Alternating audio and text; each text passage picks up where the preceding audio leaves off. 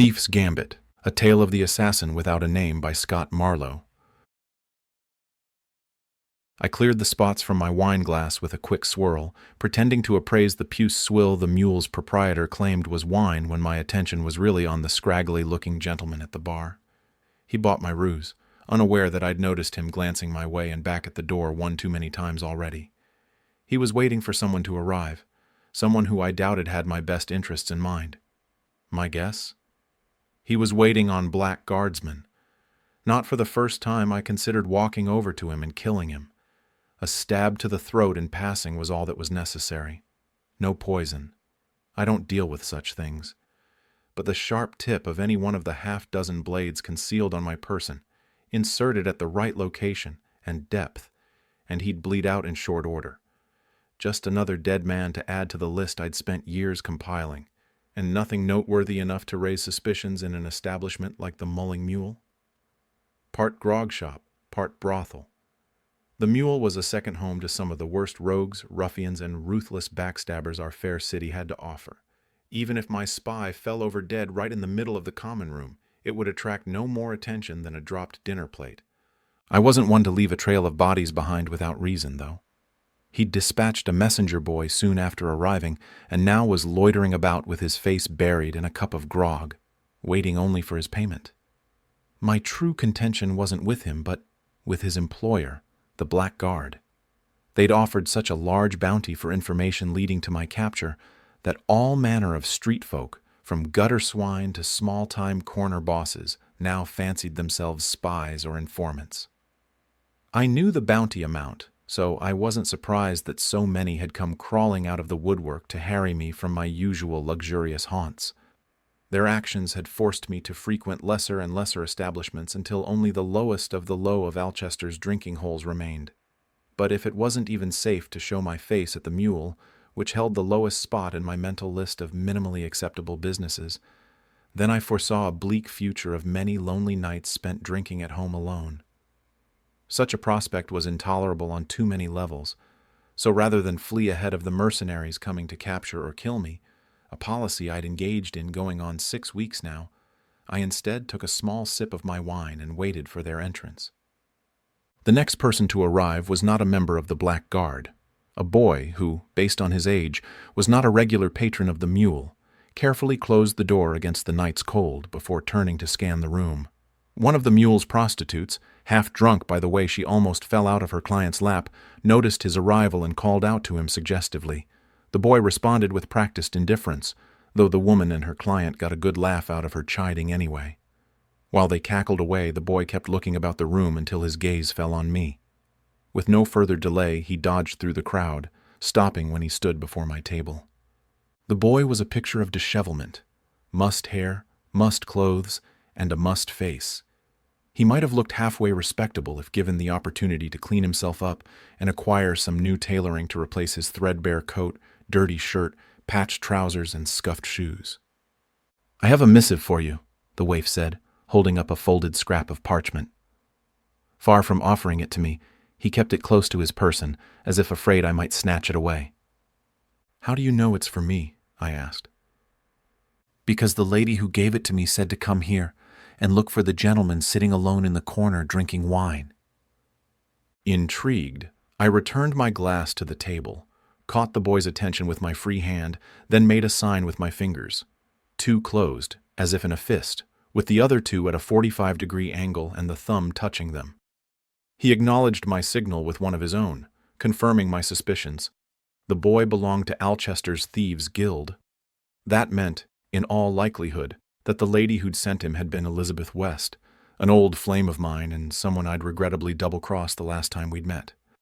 "Hand it over," I said, holding out my hand. The boy clenched the note tighter and shook his head.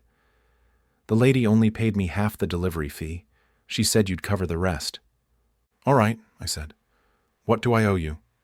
10 florins, he said without hesitation. I wanted to smile. It was a good lie. "Sit," I said, pointing to the chair opposite mine. The boy shook his head again. "I'm supposed to deliver the message. That's all. I'll take my payment and—" "You'll sit while I read this note of yours. Afterward, I'll give you your 5 florins. The fee is 10. Not likely. It was probably 6, which means you already have 3 in your pocket, so you should expect 3 more from me.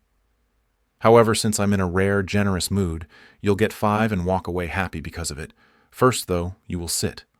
The boy's reluctance lingered, but he did as I asked, sliding the parchment across the table once he'd settled in. I put a finger over it, but made no move to read it. This lady... You sure she referred to me as a gentleman?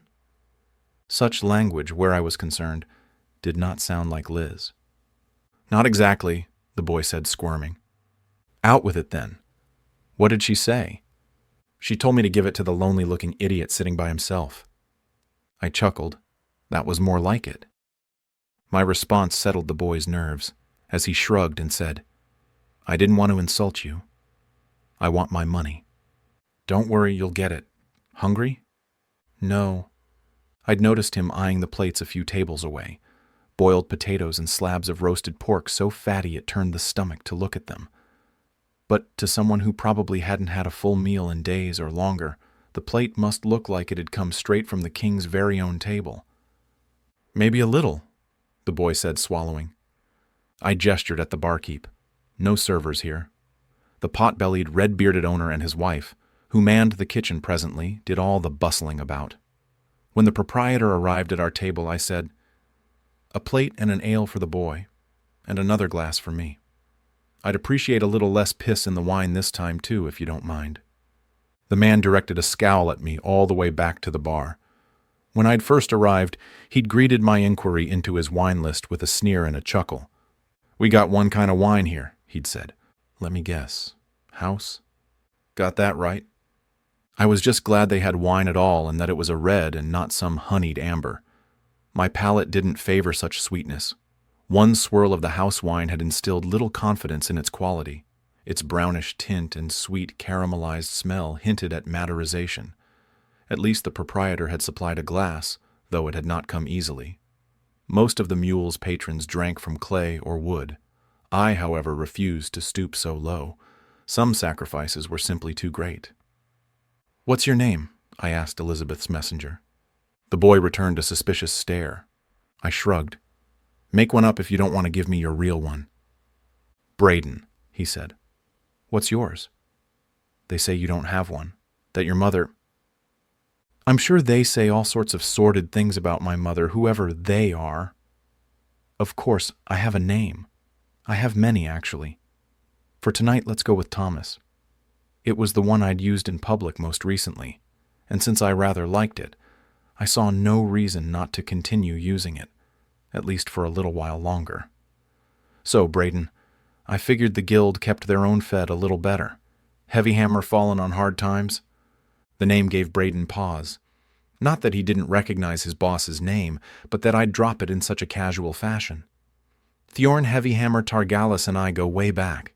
Neither of us shouts it from the rooftops, but neither do we hide it. Braden shrugged. I'm low man in the picks, so you get what's left. Sometimes it ain't much. Picks or pickpockets were the lowest-ranking thieves in the guild. Not the lowest members overall, but the lowest as far as stealing went. Braden was the right age. Probably about 13 or 14 years old, he would have already spent some years as a lowly peon, a gopher for any guild administrator, beggar or thief needing a chore completed or an errand run. But when a peon wasn't run ragged, they were scrutinized and tested mentally and physically to determine their future path in the guild. On the thieving side of the business, that meant picking.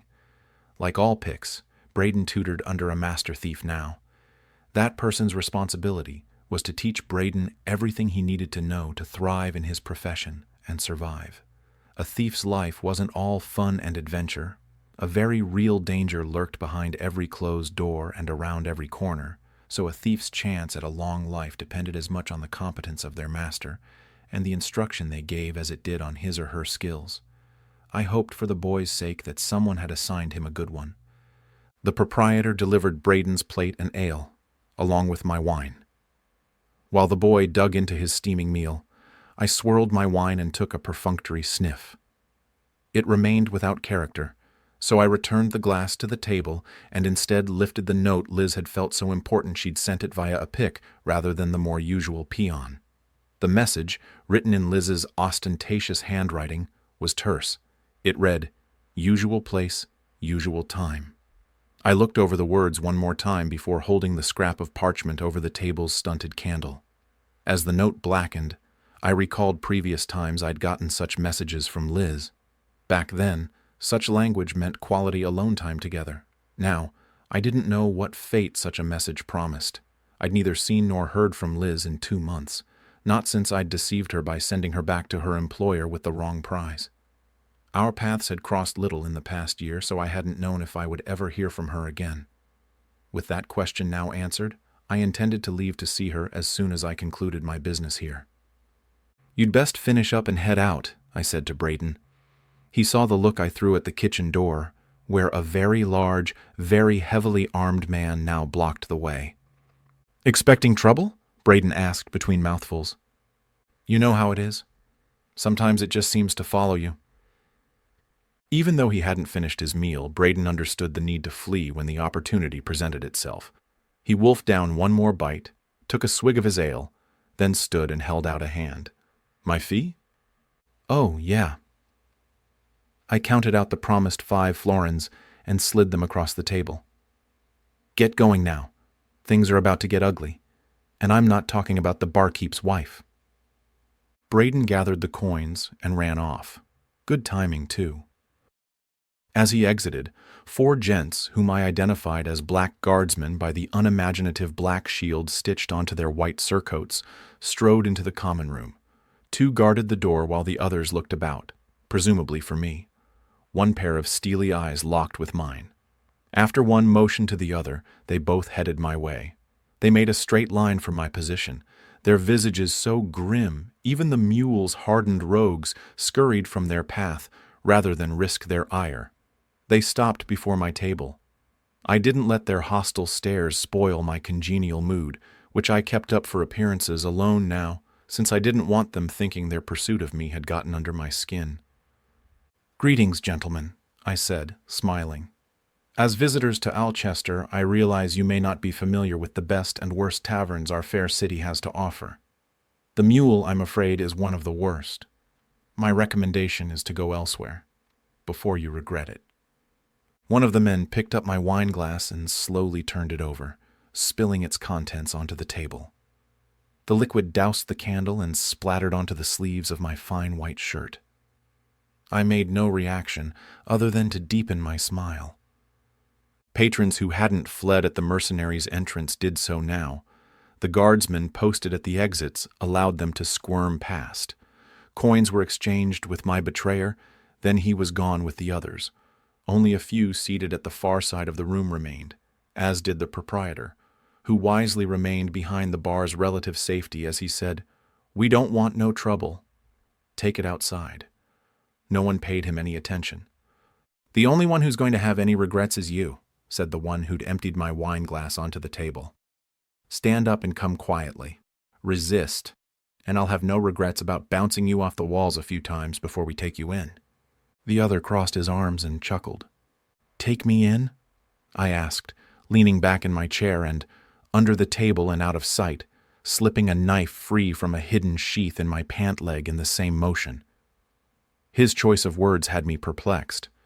Not the part about the thrashing, but the part about taking me in.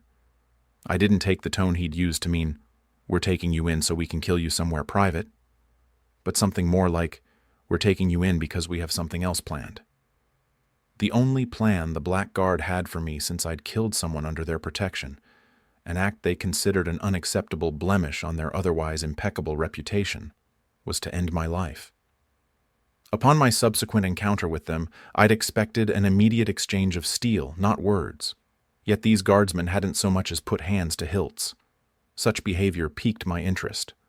"On whose order?" "Whose do you think?" the merc said. "Orders came from Captain Belford. He wants your head on a pike." Despite the spilled wine, the man leaned in to place his fists on the table, blasting me with the full measure of his onion-laced breath. "We all want your head on a pike." Refusing to show the slightest discomfort, I said, Yet here you are, ready to take me in. That's not very guardsman-like of you." I shifted in my chair, better positioning myself to stab the man with my hidden knife when the time came for action. "I know you mercs want me dead, so who really gave the order?" "Maybe it was your ma." The other guardsman chuckled once more. "She said to come along nicely and not ask so many questions, or you'll get a spanking." He raised one fist for emphasis. His other remained on the table, palm down now with fingers spread. I smiled in feigned amusement. "No, really? Who sent you? Don't tell me it was your captain, and you guardsmen have gone soft." The man didn't lower his fist as his face transformed into a snarl. I think he really wanted to hit me. "Captain wanted to slit your gullet and leave you in an alley for the dogs. Nothing soft about that." I agreed. Nothing soft at all. "But Ms. Goddard wouldn't let him. The lady's got it in for you on account of you killing her brother. Also, we all know you stole something from her. She wants it back." His snarl turned into a wicked smile. "Word is, she's got something special planned for you." More special than being slit open and left in an alley to die? I was almost curious enough to see what she had in mind, but not with these gentlemen as an escort. "Tell Miss Goddard," I said, my voice still pleasant, "that, due to other plans, I cannot attend her. Oh, and you can tell Captain Belford something for me as well." Lightning quick, I lifted my knife from beneath the table and plunged it straight through the back of the man's hand. I felt the blade bite deep into the wood. He wasn't going anywhere anytime soon. I shot up from my chair, speaking before the merc's cries of pain drowned me out. "Tell your captain the fun's over. I'm tired of getting chased all over the city. 2 days. That's how long I'll give the lot of you to get the hell out. Otherwise, I'm coming for every last one of you. This is no idle threat either. I've ended men for less, much less. So if your captain knows what's good for him, he'll do as I say. You may think you're safe behind your walls and locked doors, but you are not. I'm a ghost, a spirit. No barrier can stop me. No armor is strong enough to protect you, and no shield wide enough to deter my blade.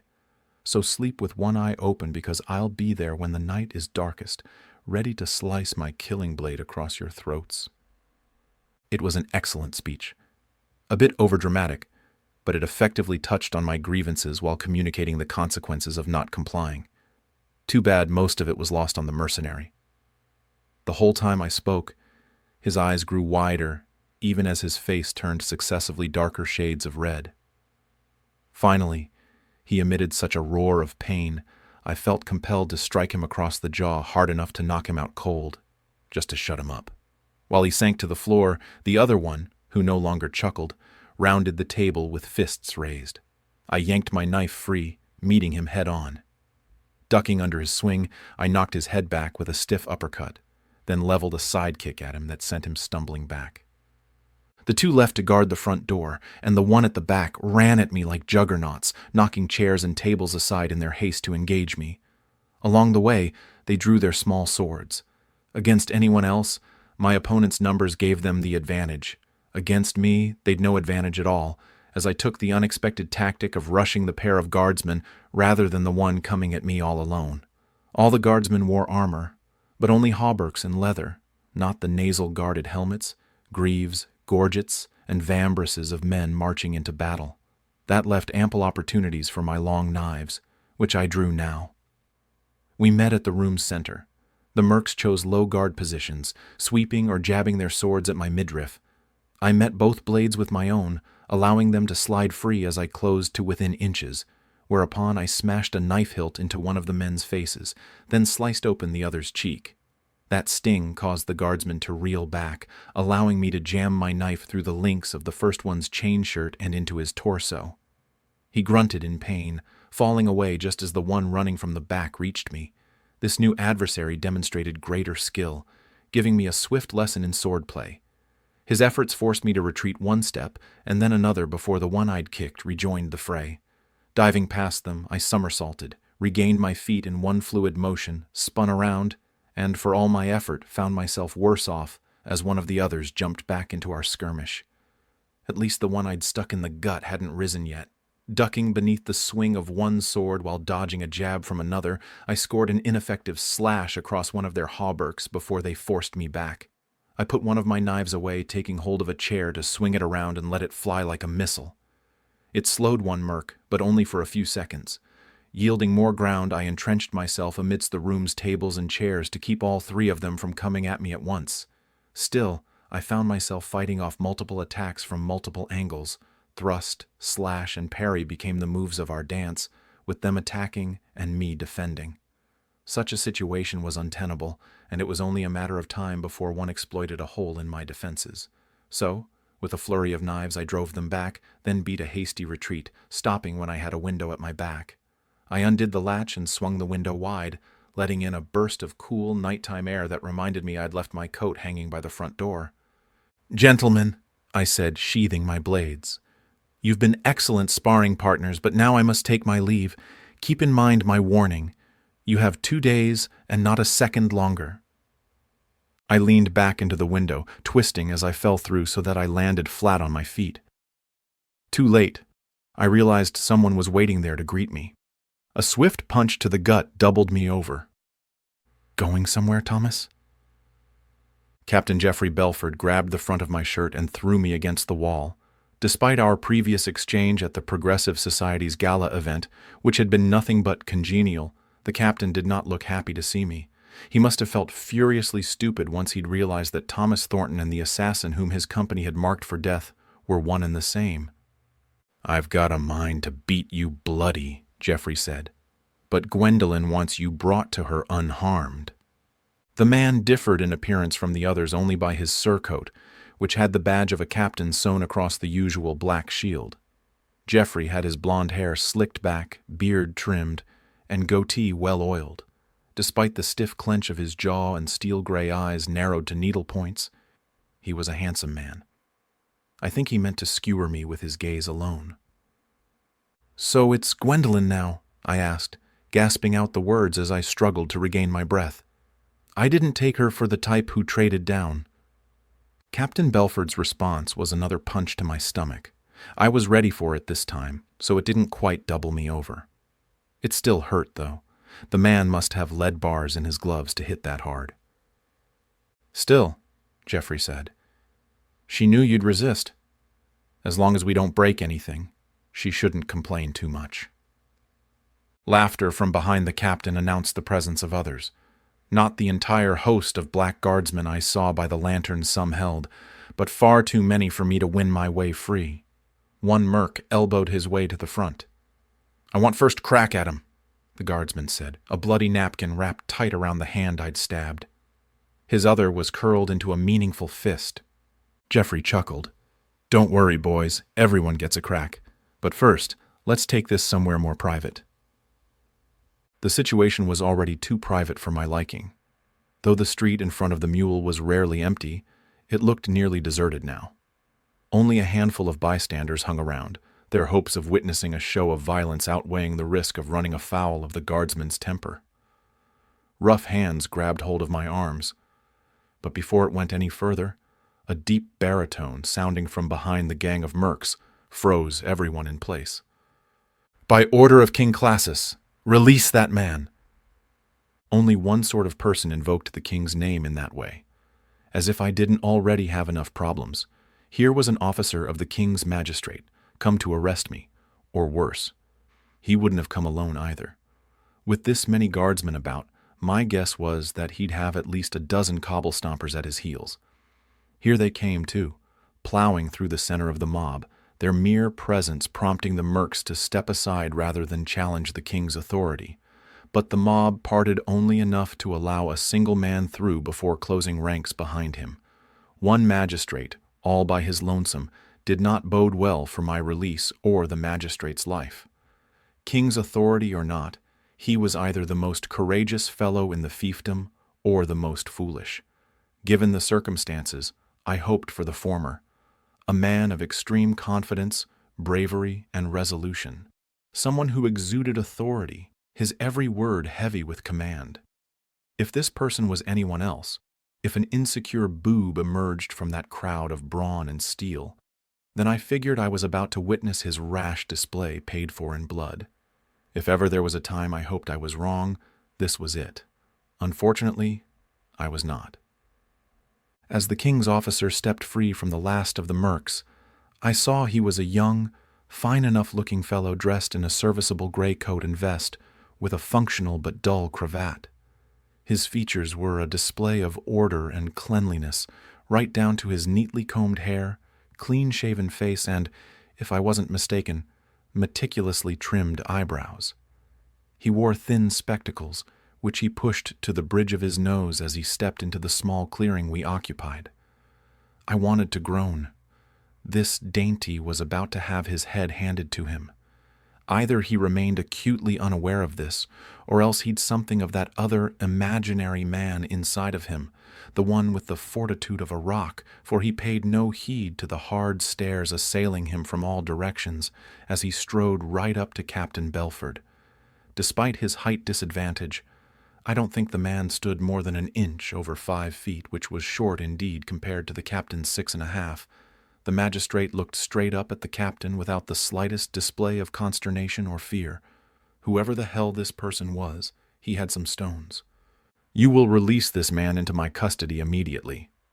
He spoke with conviction and a matter-of-fact tone, as if accustomed to having his commands obeyed. If I had to guess his background, I'd say royalty or some lordling, though his plain clothing contradicted such suppositions. Whatever his identity, he'd captured every person's attention, including the 2 guardsmen who now held my arms with slackened grips. If I wasn't so intrigued myself, I'd have already taken advantage. Instead, I waited to see how things played out between the good captain and this fool of a magistrate. "I'll release him into no man's custody," Captain Belford said. "He owes a debt to our employer, and we'll see it paid. This is blackguard business, so stand down, whoever the hell you are." The newcomer drew himself up, gaining perhaps a half-inch from the effort. I supposed when one was that short, every bit counted. "My name, sir, is Inspector William Wright." He reached into a jacket pocket, withdrawing the sword and star badge of a king's inspector. "This man is wanted for questioning. You will turn him over to me at once." Captain Belford scoffed. "Or what? Or I'll have the lot of you arrested." For all of 3 seconds, no one said a word. Then every guardsman exploded with laughter. I didn't laugh with them. Instead, I watched for Geoffrey's next move. The captain laughed along with his men, but that could change instantly. A move against Inspector Wright was my signal to break free from my captors. It might represent my only chance. Captain Belford restrained his mirth long enough to ask, "Arrest us for what?" Despite the mockery all around him, the inspector's face remained stone. Public brawling, destruction of property, and attempting to dispense the king's justice. You, sir, have no authority to detain this man. The mirth melted from Geoffrey's face. "You're serious, aren't you?" Inspector Wright put his badge away. "Dead serious. Ms. Goddard's desire to see justice served is commendable, but the task of seeing this man face it falls to my office alone." Geoffrey huffed out a breath. "Since you know the name of our employer, you must also know of her arrangement with your office. Where this man is concerned, you're to allow my company to dispense justice as we see fit." "I am well aware of this so-called arrangement, which, as far as I'm concerned, was made under pretense. As such, I do not recognize it. There is only one form of justice in this land: the king's." "You're wrong, Inspector. There's blackguard justice. Blackguard law, too. This man has killed our brothers and those we were charged to protect. It falls to us to hold him accountable." Inspector Wright's gaze narrowed. He didn't respond, but instead looked at me, then to the guardsmen standing about, and finally, back at Captain Belford. "I'm going to do you a favor, Captain, by ignoring what you just said. The king's law is the only law in this land. To suggest otherwise is nothing short of treason. As I stated, I am aware of the arrangement between the Progressive Society and my superiors. Unfortunately for you, you have chanced upon the one inspector in the city who has no intention of honoring it by yielding authority to a gang of sellswords. Now, you will release that man into my custody, or you'll soon find out firsthand the true nature of the law. I don't think Belford knew how to react to that. I know I didn't. Here was what must be the youngest inspector in the entire city, standing alone amidst one of the most dangerous groups of mercenaries this side of Shantywall, issuing an ultimatum with such conviction the man must think he was the king himself. I rescinded my initial conjecture.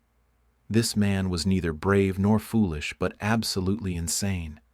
Still, whether bluff or obstinate bravado, with all eyes on the inspector, there seemed no better opportunity for me to make my escape.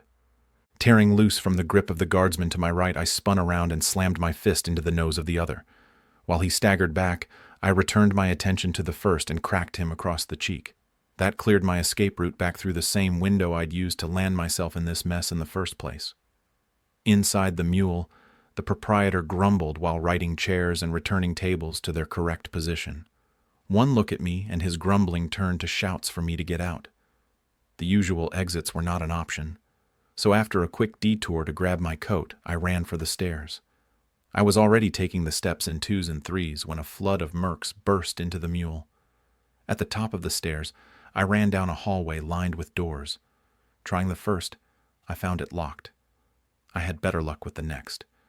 One of the mule's harlots lay on a bed inside the room, but she offered no protest as I flew by, flung open her window, and slipped through to the outside ledge. Though an easy leap to the alley below, I preferred rooftops in situations such as these, so I shuffled along the ledge until I reached a drainage pipe, which I then used to scurry up to the roof. This escape route wasn't entirely unplanned since I'd scouted out the mule some days ago, as the guard's search had broadened. Call me paranoid, but I always liked to have an exit strategy in place. I heard guardsmen shouting from the room below, trying to figure out if I'd fled up or down. While they tried to make that determination, I leaped to the next rooftop and followed a known path. When I felt comfortable, I'd seen the last of the black guard. I slowed my pace, allowing my mind to drift to more pressing concerns. Our usual place, as Liz's note had mentioned, was the city's airship docks. The usual time?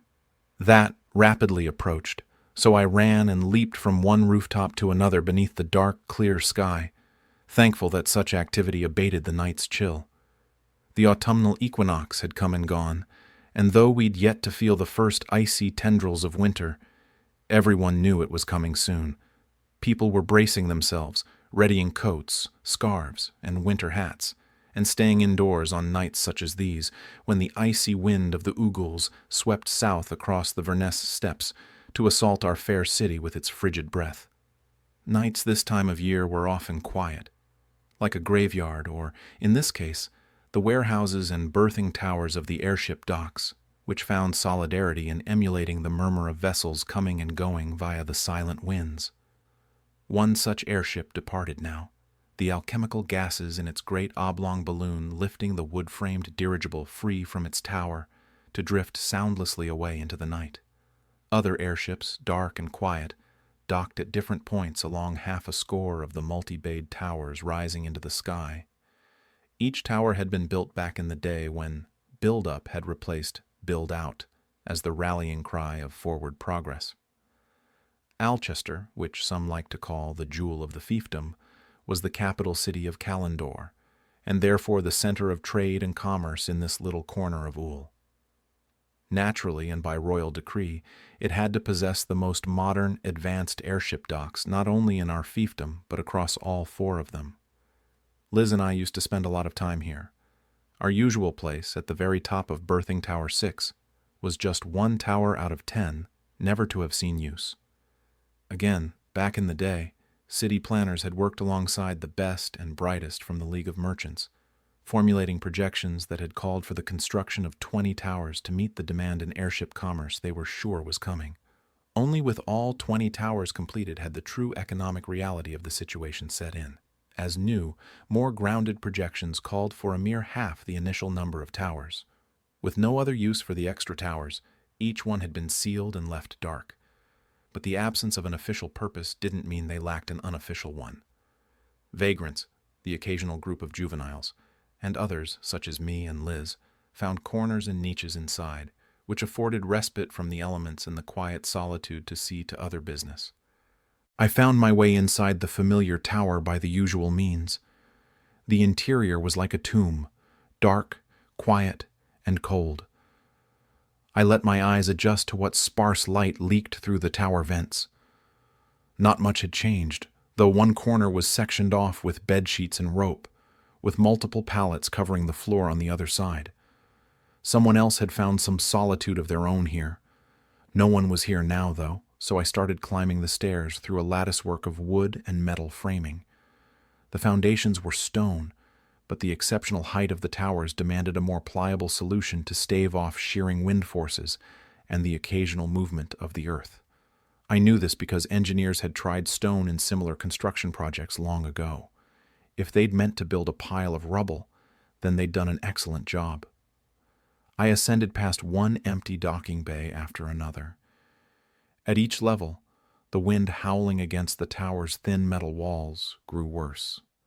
So did the cold, which seeped through my skin and into my bones, despite the tightness with which I wrapped my coat about me. A distraction from the increasing chatter of my teeth arrived in the form of a dockmaster from a nearby tower shouting for his crew to ready themselves to receive a new airship. Airships came to Alchester from all parts of Ool, bringing with them a wide assortment of commodities and specialty items, fresh dates and walnuts from the southern reaches, the choicest apples and pears from the Steel Islands, and, rarest of all, jewelry and other trinkets of unequaled craftsmanship from the dwarves of distant Heidelheim. Shipment by air hasn't ended overland transport, but given our society's ever-increasing need for instant gratification, air transport has enjoyed a steady rise for some time now. Only its costs, which were not inconsequential, kept it from taking over completely. But for those able to afford it, air transport and travel were welcome luxuries. I know I've paid my fair share of ridiculous surcharges for the privilege of receiving, say, a crate or two of the finest Setian coastal reds mere days after the first uncorking. Wealth does indeed have its advantages. Liz already waited for me on the tower's roof. Though only a slim shadow amidst the dark, I still recognized her. Given the circumstances of our last parting, I'd been trying to choose the right words to help smooth things over between us all the way here. I was still trying when the tower's signal beacon pulsed, bathing us in its golden illumination. The dark sliver that was Elizabeth vanished, replaced by a creature of such eye-catching brilliance that every carefully crafted word slipped from my mind. When looking upon a woman so beautiful, there was only one thing to say. "You look lovely." Even those words were inadequate. A slice of brightest radiance, shining before me with the moon and starlit sky as your backdrop, seemed more accurate. She hadn't turned to face me yet, so I used the time to lose myself in the shimmering, speckled white and gray of her gown, and how her ermine-trimmed cloak, sewn from purest lamb's wool, hung seductively from her slender shoulders. Auburn hair, never long, fell halfway down her neck in beguiling waves of elaborate curls. I realized I was staring, but I didn't care. Such a display, which was a far cry from Liz's usual burgling attire of dark satin, soft boots, gloves, and mask, was meant to be savored, like the finest of wines. Even her sharp stare, cast sidelong at me now, entranced me with its chestnut hue, despite the irritation plain in her expression. "Shut up, jackass," Liz said. Such words failed to shatter the illusion of beauty, for I knew now, just as I'd known the first time I'd laid eyes on Liz, that this was no illusion. She really was that beautiful. Liz's sharp gaze narrowed further. "If you don't stop staring at me like that, I will punch you in the face." This time, her utterance pulled me from my trance, dragging me back to the here and now, even as the beacon's pulse of light illuminated the rooftop once more. Before the light had faded, Liz wrapped her cloak tighter about her, effectively screening herself from my admiring eyes and sweeping away the last remnants of my illustrious vision. A Setian Albatross-class cargo ship, disembarking 2 towers away, sounded a departure horn.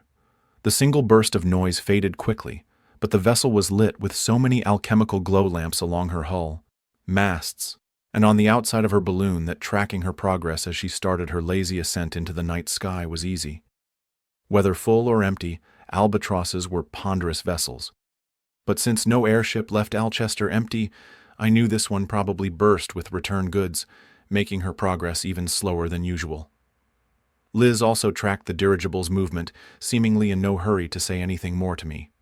I was tempted to remind her that she had invited me here, but decided I'd better let her communicate at her own pace. Her opening didn't exactly bode well for the direction of our conversation.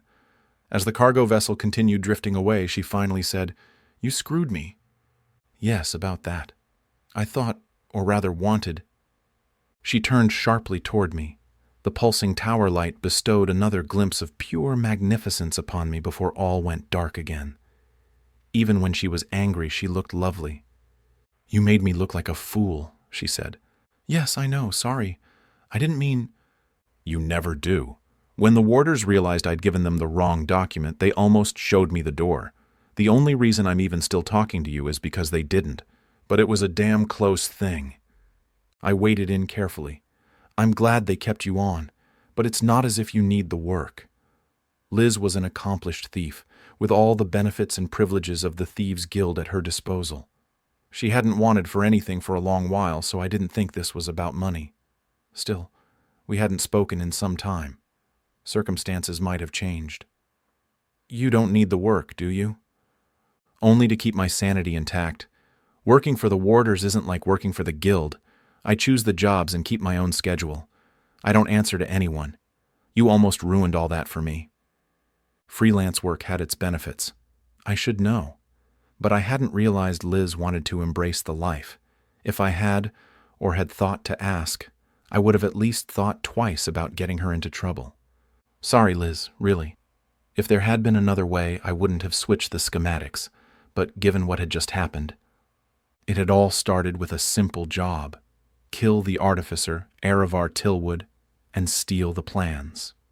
Both tasks had gone off without a hitch, but simple had become complicated when a sect of religious fanatics calling themselves the Jackery had stolen the schematic after I'd delivered it to my client. They'd killed him, and tried to do the same to me, so no wonder I'd found myself in the thick of things later on inside their temple. Liz, as a representative of the warders, had helped me recover the schematic. Unfortunately, her hero complex had gotten the best of her, so the next thing I knew, we were facing off against a host of Jackery. And worst of all, getting up close and personal with a machine that had sucked me and their high priest, a man named Onias, into some cold, dark other place. Luckily, we'd come right back out, but the experience had shaken me. Liz and I had escaped with the schematic in hand, but knowing it had something to do with my experience, there was no way I intended to hand it over to anyone until I learned more about it. I sent Liz back to the warders with some other document. Meanwhile, I'd hidden the real schematic away where no one would ever find it. Seeking safer ground and hoping to change the subject, I asked, "So, what's all this? A job for the warders?" It took Liz a moment to realize I was talking about her attire. She looked down as if she'd forgotten what she wore. "This?" she sighed. "No, this was guild business. One of the king's lordlings got a hold of an Empyrean carcanet on the black market some time back. He'd planned to make a gift out of it, but not to his wife. His wife found out and hired us to steal it from him. The best opportunity to acquire the necklace was during a party the lordling held this evening. The dress was the easiest way in." Liz smiled. "I hear his wife plans to have the carcanet around her neck at the king's upcoming mid-autumn ball, making sure her husband and his mistress get plenty of looks at it." Her gaze drifted from mine, the smile vanishing as quickly as it had appeared. Another game of aristocratic tit-for-tat, and another meaningless job for me. The disappointment in her voice prompted me to close the distance between us. Liz's body, so close to mine, and the smell of her, like lilacs, smothered thought and threatened to put my mind back into the clouds. I reached out, taking her cheek in my hand, and gently nudged the direction of her stare back toward me. Auburn eyes, so often filled with fire, shone instead with something foreign: resignation, an acceptance of one's lot in life. This was a side of Elizabeth I thought to never see. We all know how it goes. When you're young, you're filled with vigor. You've got a vision and a world to conquer. Until you realize the world is too big for anyone to subjugate. That's the time when most people settle in. They accept their fate. But not Elizabeth. Contentment was reserved for the less daring, the less courageous. Never for her. I hadn't realized life at the guild had become so routine and desultory for her. But how could I? Before 2 months ago, we hadn't seen each other in over a year. Before that, the frequency of our meetings had steadily declined until, one day, we'd stopped seeing each other altogether. I lowered my head to hers. It was an old gesture of ours that I hoped offered some measure of commiseration and apology. Again, sorry. I switched the plans because I don't trust the warders, but I shouldn't have done it without telling you. You shouldn't have switched them at all, she said, the earlier harshness of her words gone now. I inhaled deeply, letting the perfumed smell of her and the warmth of her closeness become my sole focus. I was content to remain like that for the rest of the night. Liz, whose thoughts must have echoed my own, seemed in agreement for a time. But then, breaking the silence, she said, "But I'm glad you did." "Why's that?" I asked, not moving. I was unwilling to allow the mood to change just yet. "Because I don't trust the warders either." I raised my head from hers. I sensed this was the reason she'd summoned me here. As much as I wished to remain inside our little cocoon, it was time to get to business. I waited for her to go on. "I need your help on a job," she said, withdrawing. "It's for the warders. They've already given me a preliminary briefing on the objective, but I want you to hear it for yourself before I tell you the rest." "The rest?" "Since I last saw you, and once I'd convinced the warders to let me take on more jobs for them, I've been busy. Most of the work has been routine sneak and grabs. Sometimes it's a document or a book. Other times a small piece of technology of one sort or another. None of it looked dangerous, but I'm not an artificer or an engineer, so how should I know? I figure since the warders are destroying it all to keep it out of the Jackery's hands, no harm done. Except I found out a couple of weeks ago that the warders lied to me. They aren't destroying the items at all. They're keeping them to study or maybe even use." "I learned something similar recently," I said. "Long story short, I found a warehouse owned by the warders. It was filled with all sorts of knickknacks, some deadly." Liz nodded. "I may know the warehouse you're talking about." "Oh?" "Even before I found out the warders were lying to me, I'd been doing some investigating, poking around and such." "Spying on your employer? Is that wise?" "In our line of work, that was a good way to lose a client or get into unexpected trouble. It was unethical in its own way and dangerous in others." She shrugged. "I wanted to know the truth. It's not like I can just come out and ask the warders what they're really up to. It was the only way. I trusted her judgment, so I let it go." "What else have you learned about them?" She looked around. "Not here." I smirked. We were hundreds of feet up, isolated and alone. "You think someone is listening?" "No, but I want you to hear the warder's proposal first. Then I'll fill you in on what I've learned. It'll make more sense after you hear what Phallophogus has to say." "Excuse me?" The name was more than foreign. It was outlandish. "Who?" "Phallophogus. He's a warder imperator, a Raspel." The latter bit of information explained the name. Raspel were an odd race with all their chittering noises, long necks, and oddly colored eyes. His title, Imperator, was not so strange but still unfamiliar. It took some convincing, but they agreed to allow me to bring you in on this job. After what you pulled, it wasn't easy. "I appreciate you standing up for me, but who says I want anything to do with them? Seems like every time I get involved in someone else's business lately, I find myself with more and more people trying to kill me. I'm starting to understand how a mark feels, and I can't say I like it much." "I'm sure you don't. But I need you for this." I wouldn't ask if it wasn't important. So much for bowing out. I didn't know if Liz had chosen her exact words intentionally or not, but I knew she had me. Never once have I refused her, so I wasn't about to now. "I'm in then. What's our first move?"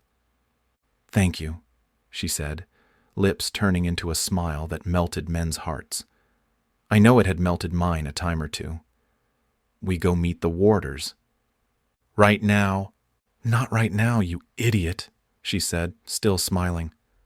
"Do I look like I'm dressed for jumping across rooftops?" Liz laid out the timetable. We'd meet up tomorrow night, then we'd go see the warders. I only had one last question before we went our separate ways. "What about the schematic? Do the warders want it?" I asked them that same question. And they do. But don't bring it with you. Let them ask for it first. Liz headed for the door, stopping only to say, "Come ready." Then she was gone. I waited for her to emerge ant-sized in the dockyard below, at which point a mechanical carriage whisked her away. Staying put a while longer, I picked out the light signature of the Albatross-class airship in the distance, watching its progress as it grew smaller until, finally, it was too far away to see anymore. I turned to make my way down when a flapping of wings, drawing nearer, attracted my attention. A crow so fat it had no business flying this high, let alone flying at all, circled the tower's roof once, then landed on the pulsing glow signal. With its head turned, it leveled a single, unblinking, copper-flecked eye at me. "Meh," said the crow. I realized then that I'd seen this annoying creature once before. That time I was halfway up a wall when the fat bird harried, screeched, and finally dove straight at me, almost causing me to lose my grip and fall to my death. If I had a bow or valued my throwing knives less, I'd gladly give the bird a taste of its own medicine. "Ma." Did crows make such noises? I'd never heard the like, though I had to admit, I'd never paid that much attention. Yet now that I thought about it, I remember this one screeching something nearly as strange the last time we'd met. Odd noises aside, I wondered how it had found me again and why. Some considered crows a bad omen, their presence thought to precede someone's death. I rarely put stock in such things, but I stepped away from the tower's edge just in case. The tower's glow signal pulsed, startling the bird, but not enough to make it go away. "So what do you want?" The crow made no response other than to spread its wings wide and spring into a dive straight for me. "Son of a—" I ducked, barely preventing the crow from hitting me square in the face. Now I really wished I had that bow. The crow circled the tower once. Then, upon its second rotation, it screeched another sound I also recognized from the last time we'd met. "Tilda!" Its meaning remained as elusive as that of the first sound the bird had made.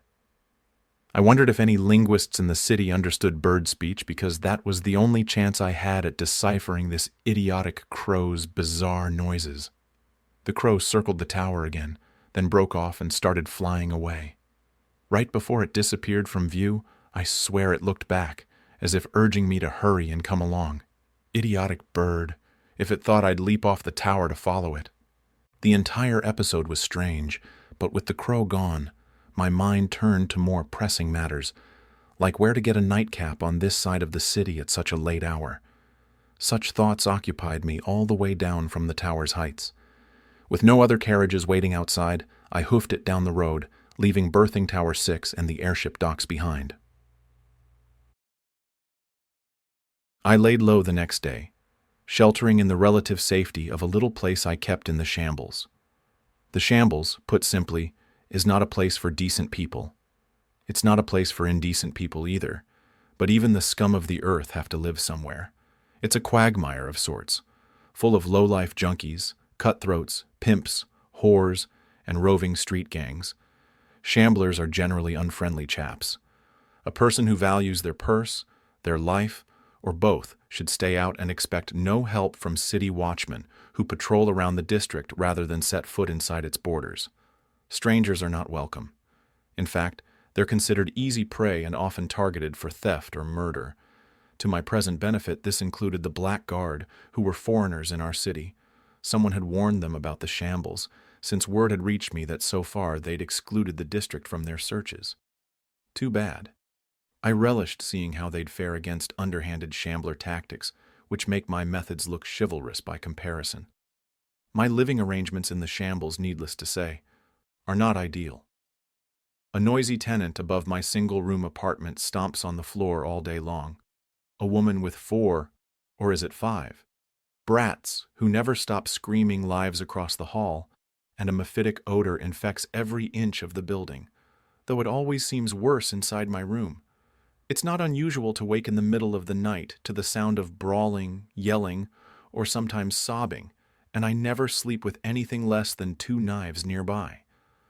But for all that, the shambles, with its reputation for theft, murder, and worse, is a safe enough place as long as you keep your wits about you and don't do anything stupid. Once the sun had set behind the city's silhouette, I headed out. I still had a couple of hours before my rendezvous with Liz, but I had another errand to run first.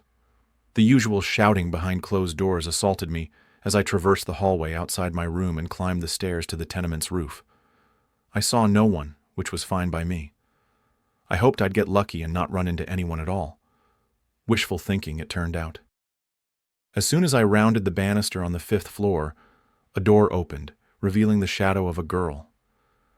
I didn't think I'd ever seen her before. One didn't forget molten blue eyes like the ones staring back at me. She was half my age, maybe 16 or 17, wore soiled, gray homespun, and had the sunken cheeks of someone who hadn't eaten well in a long time. Like points of brilliance amidst the gray, her eyes were the sole sign that something alive stood before me. Our encounter was brief. She saw me, stopped long enough to meet my gaze, then stepped back into her apartment and slammed the door.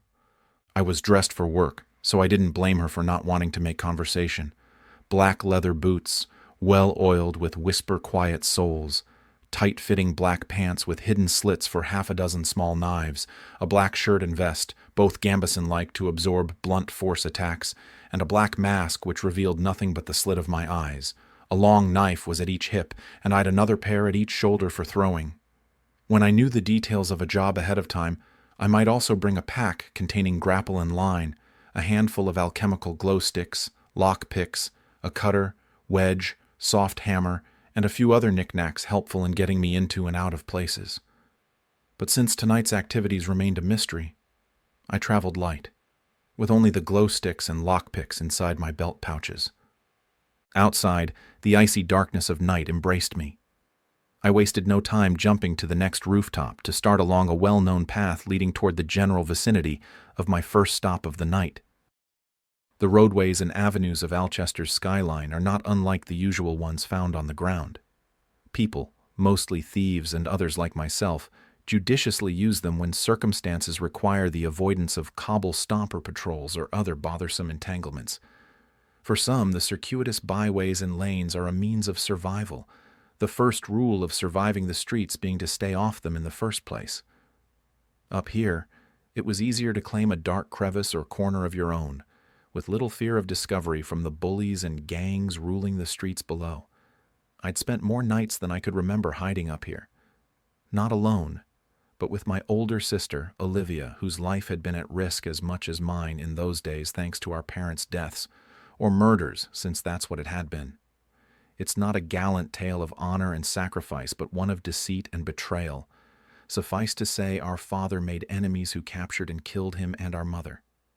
Given the opportunity, they would have done the same to me and Olivia, but Dad had made plans for the eventuality of his death. A guardian of sorts had swooped in, hiding us away by moving us to the other side of the city, changing our names and making sure we laid low. Such adjustments had not been easy or entirely understood by either of us, but it was necessary. So Olivia, acting with her greater wisdom, had embraced her new identity with little resistance. I knew now that she'd done it as a matter of necessity, but it had still filled me with resentment. Our parents were dead, and here she was, dishonoring their memory by accepting her new persona as if nothing had happened. Back then, I thought she was weak, a coward even. I didn't realize until years later the strength it had taken her to make that sacrifice and so many others. I especially never suspected she'd made them all to protect me. Olivia suffered my ill will for 2 years before my family's enemies found us. Our guardian, never far, had acted quickly, moving us here and there until each time our enemy discovered us again. We endured 3 years of this until the opportunity to end our running for good presented itself in the form of one Reuben Cariactos. I came to learn after making Reuben's acquaintance that he was an assassin with exactly the sort of skills I needed to solve my family's problems. 4 years under his tutelage and one glorious night of murder ended the threat to myself and my sister so that at last we could come out of hiding. Olivia's life slowly gravitated toward normalcy. Mine, however, was never the same. I'd killed to protect us, not just a little either. I had found no satisfaction in the act itself, but I also had no regrets. What's more, I knew I couldn't relax my vigilance. Our very lives depended on it. Olivia didn't know. She thought it had all ended that night, but there were other enemies of our family who would kill us without a second thought to protect what was theirs. If I wanted to keep my sister safe, I could do no less. Though we didn't need to fear for our lives the same way as before, we never stopped concealing ourselves. Neither of us reclaimed our birth names. Those personas were now just like dozens of others we had assumed over the years, their true meaning lost to time and faded from memory. It was far more natural to make up alternative names, with the difference being that, this time, we'd hold on to them forever. Olivia became Olivia Donovan, at least until she married some years later. I chose a surname I failed to remember now. All other reasoning aside, I simply no longer felt comfortable keeping the same name for more than a few months.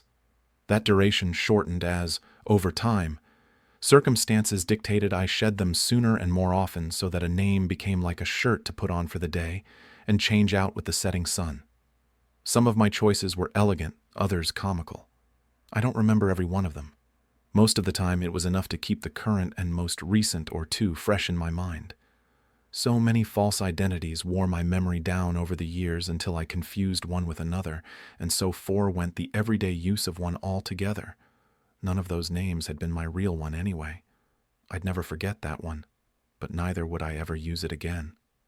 I should have known better than to indulge in memories of the past, because before I even realized it, I had deviated from my intended course and found myself so close to my sister's neighborhood that I felt compelled to check in on her. Normally, I made such visits regularly, but I'd been too busy staying one step ahead of the blackguard lately. Given my propensity for letting my imagination get the best of me, I knew I'd have a hard time remaining focused on anything else until I knew Olivia was safe. Peaks and gables gave way to the flat, gardened rooftops of the Chester borough. My sister's house is nothing out of the ordinary as far as the neighborhood goes, which isn't to say it isn't nice.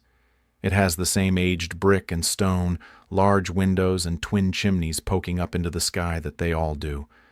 But it stands out because I know my sister has transformed the 3-story dwelling into a proper home. Olivia's no dainty lass, but she's had a homemaker's streak running through her veins since she was a little girl. I was happy knowing she indulged that side of her persona.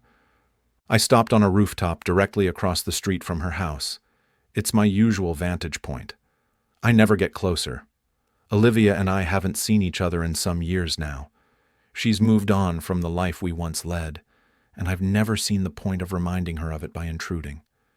She thinks I'm dead, or at least I hope she does. Either that, or I've moved out of Alchester, never to return. Either way, I want her to believe I'm out of reach. No sense in her looking back when she has a future waiting for her ahead. Mindful of the handful of pedestrians below, I kept low while scanning for signs of activity in my sister's place. At first glance, it didn't look promising. Darkened windows indicated no one was home. I gave it a few minutes.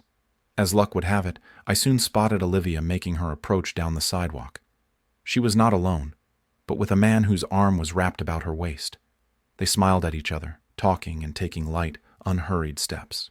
Her companion, whom I recognized as her husband, Mason Gould, must have said something funny, for Olivia's head tipped back, and she emitted the most brilliant bout of laughter, the like of which I didn't think I'd heard since we were children. Mason spun her around so they were face to face, and as her head lowered, they kissed. I waited until they'd crossed the threshold into their home before I patted away. Olivia was safe and doing well. What else did I need to know? With my appointed meeting time with Liz drawing closer, I put my mind back on task by setting my sights on Grangertown, a district of shops, taverns, markets, and theaters. I wasn't going for the shopping or the dining, nor to meet Liz, who had chosen a more discreet place for our next reunion, but to look for a man named Malachi. Beggar, fence, and all-around scalawag, Malachi kept his ear to the street, reporting anything worthwhile to the guild or anyone else willing to pay for such information. I found him in an alley behind Gallup's grocery. The store was closed, yet the bounties of the day's garbage remained ripe for the picking, provided one found a deep dive into the grocer's trash bin an agreeable prospect. Malachi did. I found him leaning in so far that only the lower half of his body remained visible. "Malachi!" I shouted. He didn't hear me, so, wishing to expedite our business, I took hold of his pants at the back of his waist and yanked him out. His feet hadn't touched the ground when he lashed out, swinging for my head. I stepped back, avoiding his attack, then shoved him before he could strike at me again. Demonstrating far more agility than I thought him capable, he spun around before his momentum carried him right back into the wooden trash bin. He looked me up and down with an angry, venomous stare. "Who the hell are you?" he asked. Oh, right. I took off my mask. Malachi shook his head and huffed. "Damn, bastard. You're lucky I didn't slice your head off." "With a soup bone?" Malachi held a bone so withered that it must have been boiled 3 times over. "I'd have brained you then. You're just lucky I held back and that my worthless animal had more important things to do than guard his master." On cue, Bombadillo made his entrance, hobbling around a corner with a lolling tongue and a spark of excitement that never seemed to fade from his one good eye. I crouched to greet him, running my hands across his patchwork of black and brown fur while remaining mindful of the burn scars perpetrated by persons unknown, where no hair grew. Despite Bombadillo's ridiculous name, which he'd had no choice about, I liked the dog. He was a survivor. More than that, he'd hung on to his spirit. He set a better example than most, myself included. "Worthless animal," Malachi said, scowling. But it was a good scowl, which he emphasized by tossing the spent soup bone Bombadillo's way. The dog snatched the bone up, then scurried off to enjoy his prize somewhere more private. "I've come for information," I said, rising. "Huh," Malachi said, picking up a jacket he'd draped across a nearby barrel. "Imagine that." Malachi jammed arms into sleeves and pulled the coat tight around his chest, once more taking on the persona of the statesman the man fancied himself. Tailored shirt, black satin vest, trousers, and a lord's jacket with tails. He was missing only a cravat and top hat. Never mind that the shirt was yellowed around the collar and stained with soot, or that the jacket was scuffed and worn, or that the trousers were patched at the knees. Malachi was a more genuine representative of our city than most stuffed shirt politicians squawking all day on Lawbreakers Hill. Clasping hands to the collar of his jacket, Malachi flashed me a toothy smile. "What the hell kind of information?" "Know anything about an inspector named Wright?" "William Wright." The smile disappeared. "Inspector, huh? I don't keep tabs on everyone in this city, you know. Don't know a damn thing about anyone named Wright." I tossed Malachi a dinar. He caught the silver coin without missing a beat. "Wright's a young one," Malachi said. "Graduated first in his class. Promoted to lead inspector in a hurry. Less than 6 months after graduation is what I hear. The king's given him special privileges." "Family connections?" I asked. "Don't think so. Comes from a modest family. They live over the hedge in West End." West End was nice enough, but it wasn't the stomping grounds of the upper crust. "How is it he has the king's favor?" I asked. "And what do you mean by special privileges?" "Word is, he solved a case or 2 of some importance, one of them at the king's request. In recognition, they promoted him to lead inspector." "And the rest?" Malachi shrugged. "Don't know." I tossed him another coin. Malachi shrugged again, even as the coin disappeared into one of his jacket pockets. "Still don't know. The king granted Wright a private audience. So private, no one but those 2 knows what they said." "No one?" I asked. "No one." Other questions came to mind. How long ago? Malachi looked up, thinking. 2 months? Maybe 3. What's Wright been up to since? Any recent cases solved or crimes thwarted? Nothing I've heard about. Doesn't mean he hasn't been going about his usual business, though. If you want, I'll do some asking around. Do that. I lobbed one last dinar his way. Buy Bombadillo a real bone while you're at it.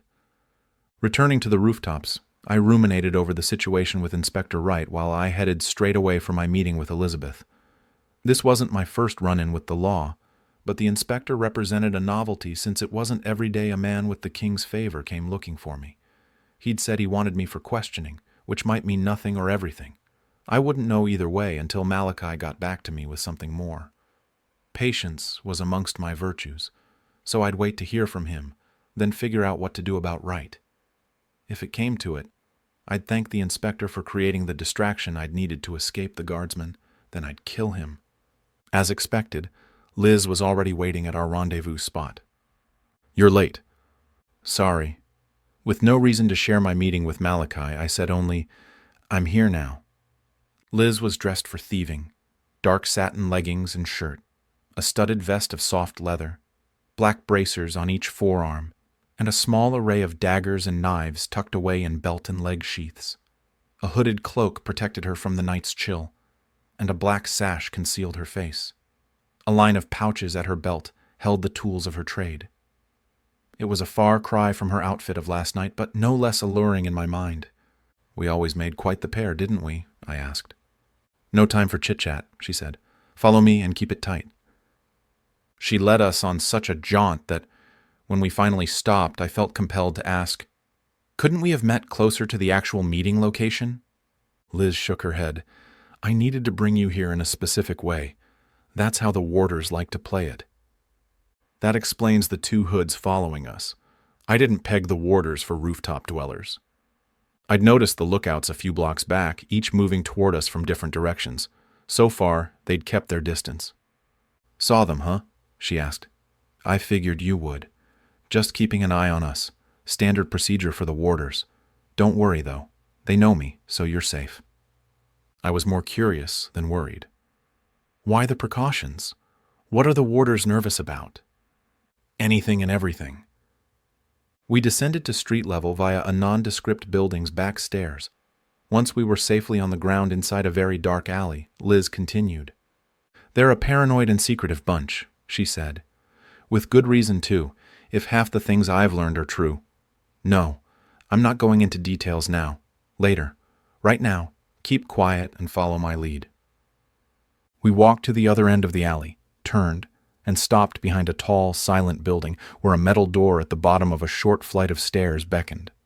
This part of the city was known for its vacancies, so it seemed a good hiding place for a clandestine organization like the Warders. Liz lifted her fist to the door, sounding out 2 great hollow booms that echoed throughout the alley. After a few brief moments, the door opened with a groan. All was dark inside except for a single conventional torch held by a man who took one look at each of us before ushering us inside. With a clang, our greeter slammed the door shut behind us and slid a bolt home. Then he led us down a long hallway and, as the way opened into a dark chamber of unknown size, to a large circular table bereft of chairs. We were told to wait, and the man with his bobbing torch faded into the blackness ahead. I heard a door open and close, but nothing else. Should I be worried? I asked, slipping a knife free and holding it ready at my side. Our greeter's departure had left us in complete darkness.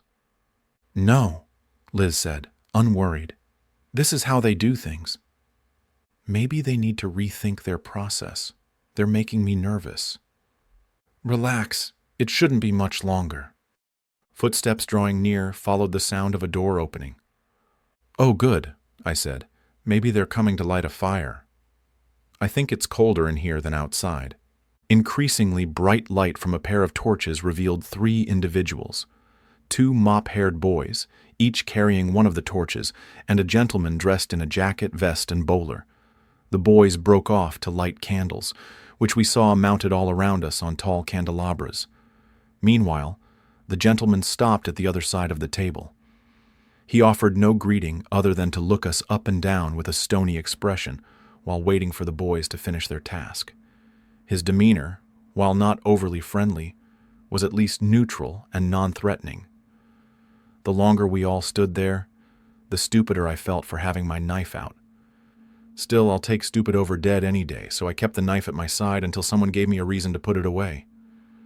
Soft footsteps sounded from the usual direction, so that Liz's Raspel Imperator, the one she'd named Phallophogus, soon stood revealed. He was a short, lean creature with fine silver hair on his head and cheeks and mustard-colored skin that perfectly matched the yellow patches of his tunic, but not the blue, violet, or red. Such garish outfits were the norm where Raspel were concerned. People assumed they were colorblind, and their tailors liked to have fun at their expense, for surely no one wore such an outlandish display by choice. Yet it seemed a trademark of the species. This one set off his colorful medley with a short cape of simple black, but with a collar so high it covered half his foot-long neck. The Raspel promptly rounded the table with cape whirling, dumped a collection of scrolls onto the table, and walked straight up to me. He raised his head, so I stared into a pair of angry green eyes set beneath the thick bone ridge that passed as a Raspel's brow. If he was concerned at all about the knife I held in plain view, he showed no sign. "You, sir, stole something from me," Phallophogus said, his voice full of rich, raspy undercurrents and biting accusations. "Something you will return." Before I could explain that I hadn't actually stolen the plans from the warders, the Imperator spun around and walked off. I flashed Liz a questioning stare, which she answered with a shrug. The Raspel dismissed the two boys with a wave of a four-fingered hand. The boys nodded in unison, a gesture lost on Phallophogus, who was already sorting through his scrolls. Selecting one, the Imperator started to unfurl it when he stopped to turn emerald eyes toward Liz. "Elizabeth, forgive my lack of manners." Allowing the scroll to curl back upon itself, he stepped close enough to take one of Liz's hands in his. As he bent to brush his slug-like lips across the back of her glove, the Raspel emitted a chittering noise from deep within his throat that sounded like the rapid clicking of a night insect. "You look bedeviling as always. It is a pleasure to see you again." Liz pulled her sash down to reveal her face. "And you, Imperator?" He stepped back, glared at me with a narrowed gaze, then returned to his scrolls. Liz lifted her hand in my direction. "May I present—" "I'd prefer you not," the Raspel said, chittering once more. Then, in a softer tone, "Excuse me, Elizabeth. I meant no disrespect. This person is present because you feel it is vital to the success of this evening's mission, and so I have allowed it. But let us make no pretensions concerning the relationship I intend to have with someone who has deceived us." Liz let her hand drop. "Very well." She looked my way, a smirk on her lips. "I'm sure you figured this out already, but this is Imperator Phallophogus. He's been my liaison and mission director since I began working for the warders." I removed my mask. "Pleased to make your acquaintance." "Humph," Phallophogus said without looking up from his documents. Liz gestured toward the stone-faced gentleman with a nod of her chin. "That's Mr. Maines. Mr. Maines, this is—" Her attention turned back to me, still smirking. "What's your name this week?" I hadn't needed to take on a new identity in some time, so I gave her the one I'd last used. It was as good as any other right now. "Thomas will do. Thomas Thornton." Mr. Maines touched the brim of his bowler. "Mr. Thornton." "Let me guess," I said. "You must be the warder's official greeter." "Compulsor, actually," Mr. Maines said, folding his hands before him. "I make sure people fulfill their obligations." Which meant he hurt people if they didn't do what the warders wanted. "Sounds like an admirable position." Phallophogus smacked his hand down on the table. "Enough small talk. Tonight's mission is extremely time-sensitive, so gather round and I will explain your objective." Waits held an ancient document open. The manuscript depicted a single object, the general identification of which seemed somewhat obvious despite the parchment's yellowing and faded ink.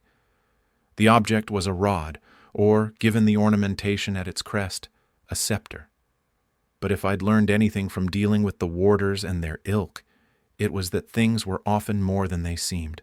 So I put my knife away and waited to hear the Imperator's explanation before coming to any conclusions of my own.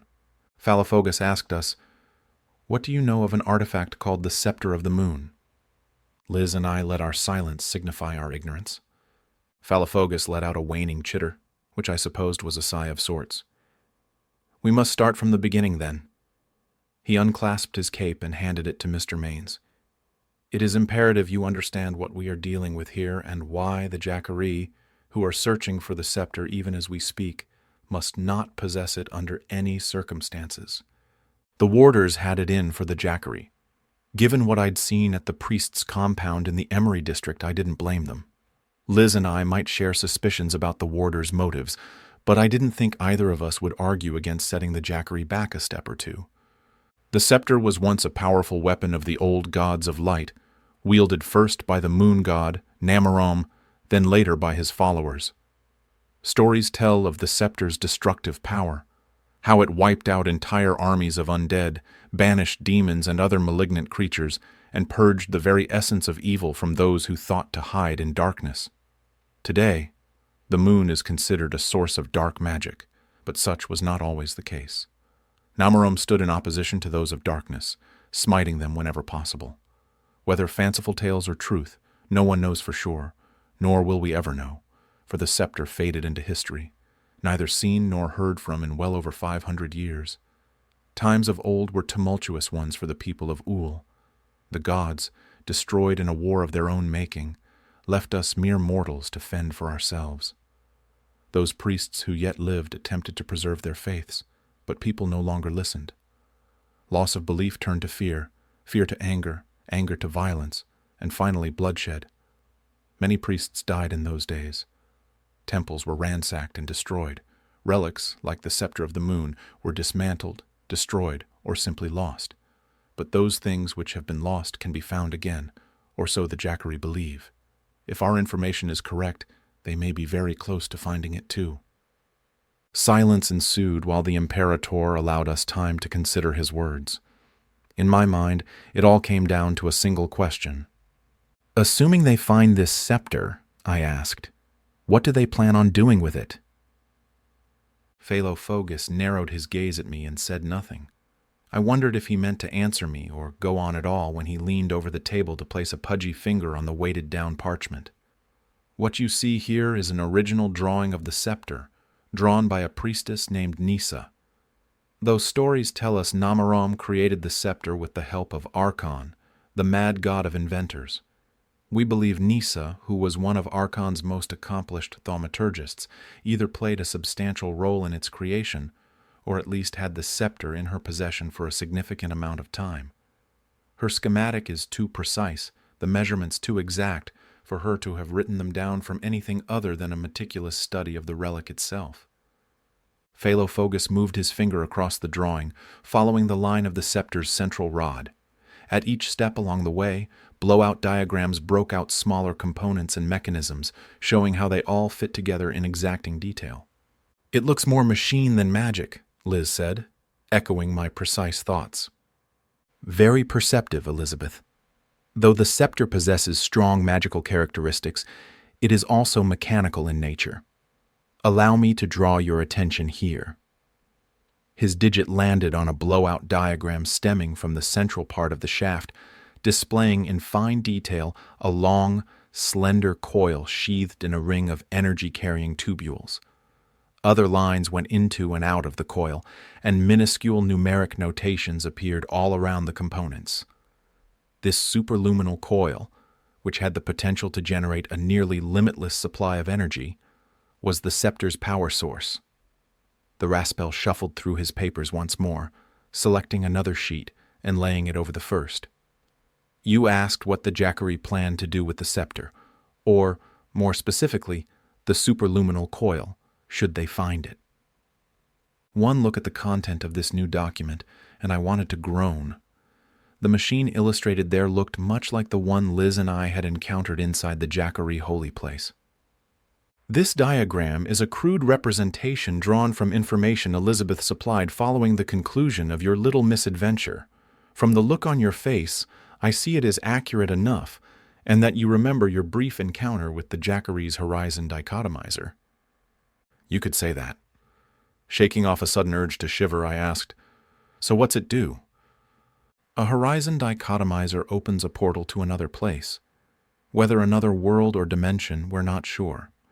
It does this by acting on the energy field binding our world together, splitting the area of its focus into two halves. Those two halves are split again and again, ad infinitum, until the energy and the space it is acting upon are so fragmented that a rift forms. This process requires extreme power, such as the quantity generated by the scepter's superluminal coil. Fortunately for you, the machine was a prototype, and underpowered at that. The fissure it created was so unstable, it likely would have collapsed even if Elizabeth hadn't intervened. That doesn't mean you wouldn't have been stuck in that other place, though, if you'd not returned from it before the machine expired. Now that was the most unpleasant thing I'd heard all day. Neither the name Phallophogus had given the Jackery machine, nor the explanation of what it did, made any sense to me. But I'd seen it operate with my own eyes and felt the bone-chilling cold of that other place. The only thing I knew for sure was that I'd be dead if I had gotten stuck there. "So the Jackery opened a doorway to another something," I said, pushing down my unease. "And now they want to do it again, except this time using this superluminous coil as a power source." "Superluminal," Phallophogus said. "Why, like you said, I went through that door. I know what's on the other side. It was unpleasant, to say the least. If they're trying to make the same journey, well, let's just say they aren't going to like it when they get there. Nothing can survive in that place." I had no evidence other than my experience, but I was sure of that fact. Their leader knows this. He was right there with me. So why in Ool are they trying to get there? That, unfortunately, remains a mystery. The Jackery's goals are wide and varied, with the desire to harm the lone consistency where they are concerned. Yet, while we may yet struggle to understand their purpose, we at least know what they plan to do with the scepter should they find it. "That's the mission, then," Liz said. "Find it before they do." Phallophogus nodded. "Or take it from them if they already have it. But to complete either of those tasks, you'll need to know where to look.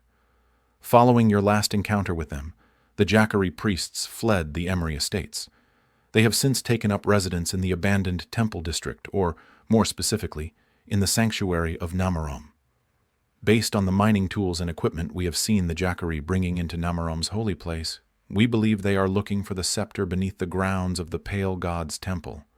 Phallophogus removed the weights holding the drawing of the scepter in place. "The Jackery have learned much about trans-dimensional field generation from experiments like the one you witnessed, enough that they may very well open a stable doorway if they can obtain the scepter's superluminal coil and use it to power a new horizon dichotomizer. As warders, we cannot allow them to take even the smallest step toward that goal. Thus, your mission is to recover, by any means necessary, the scepter and coil before the Jackery can put it to use. Once you have brought it to us, we will see it properly destroyed so that it and its componentry may never be used again." Liz crossed her arms. "There's only one problem with that." She waited until she had Phallophogus's full attention. "I'm not comfortable handing the scepter over to you. Despite what you've told me in the past, I know you aren't destroying the items I've retrieved. I didn't care so much before, but those were all trinkets. However, if half the things you've said about the scepter are true, it's a game changer. You warders are a secretive bunch, Imperator. I get that. But I'm questioning whether you're any better than the Jackery." The Raspel's brow ridge narrowed. "You are a contractor, hired to perform a service. We do not pay you to question our motives, nor should we have to justify them to you." "True, but I won't complete this mission without a change in the terms." Phallophogus waited for her to continue. "We'll bring you the coil, but not the scepter." That was not the response Phallophogus expected, for he visibly shook upon hearing it. Behind him, Mr. Maines shifted his weight. though his expression remained indifferent. "Unacceptable," the Imperator said. "Then we won't deliver either." Phalofogus took a deep breath, steadying himself. "Be reasonable, Elizabeth. We have both worked hard to establish a relationship of—" "Trust?" she laughed. "When you've repeatedly lied to me?" "I was going to say mutual interest. You have been well compensated for your efforts, have you not?" Liz shrugged. "The money's been good, but it was never about that. This business between you and the Jackery is getting bigger than I ever thought possible. I need to know I'm not helping the wrong side." "Let me assure you, Elizabeth, you are not helping the wrong side." "Prove it, then." Something snapped in Liz. Her frustration, mounting for weeks, was finally too much to bear, and she let loose a verbal barrage at Phalofogus. "Tell us why you're so hell-bent on stopping the Jackery," she said, hands gesticulating. "These things you've had me retrieve. The Jackery have been nowhere near half of them, yet you keep saying you're trying to keep them out of their hands. Why are you really so interested in them? The books, the trinkets. What are you doing with all of it?" Phalofogus met and held Liz's stare, as if the two were engaged in a contest of wills. Neither side seemed willing to relent until the Imperator finally said, "We will find someone else to perform this task." "Good luck trying," Liz said. "Word spread amongst the guild about you and your organization, Imperator. The Warders, the Jackery, and even the Progressive Society, which I've heard a story or two about as well, are all making people in Alchester nervous. People want to know what you're after. You know I have the guild leader's ear, so know that I speak for him when I say this. All guild members, save myself, will no longer do business with you. If you want this job done, I'm all you've got. You said tonight's mission was time-sensitive, didn't you? Accept my terms, or we walk." Phalofogus let out an audible breath. Then he put his hands behind his back and started pacing. "You put me in a difficult situation, Elizabeth. But believe it or not, I understand your concerns. Like you, I began my relationship with the Warders as a freelancer. Also like you, I came to question the motives of those I helped until my mission coordinator impressed upon me the understanding that the Warders are not a secret organization by choice, but by necessity. What we do is dangerous but essential for the continued survival of every person in Ool. I am restricted, of course, in terms of what information I can share with you. However, I can assure you that we have no affiliation with the Society for the Progression of Science and Technology. Whatever their agenda, it does not involve us. As for the Jackery, they are evil, and so someone must stop them. You should need no other reason to help us bring about their demise." "You are right, Elizabeth. I have not been entirely truthful with you concerning the destruction of the items you have procured for us. I now freely admit that we hold on to some of them, but only because we wish to study them in hopes of determining what ultimate purpose the Jackery move toward. Not every piece of technology we have asked you to retrieve directly involves them, but we send you after those items so that we may stay one step ahead of them." Liz's face took on a contemplative look. "I'll offer a compromise. We'll bring you the coil as agreed, but we want a way to destroy the scepter while we're in the field. You said it's a weapon. I want to make sure no one ever uses it again. If your primary concern is really to stop the Jackery, then the change in terms shouldn't pose a problem." The Imperator leaned on his heels. "Your terms are acceptable, with some stipulations. I still wish the scepter brought to us.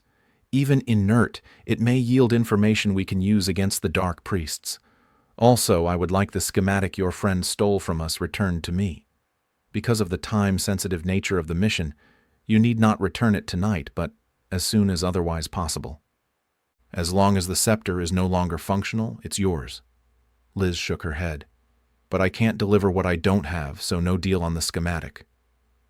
Phalofogus let out a chorus of chittering. "We commissioned you to bring the plan to us in the first place, so this is merely a continuation of an agreement we already had in place. Normally I'd agree with you, but as I recall, you never paid me for that job.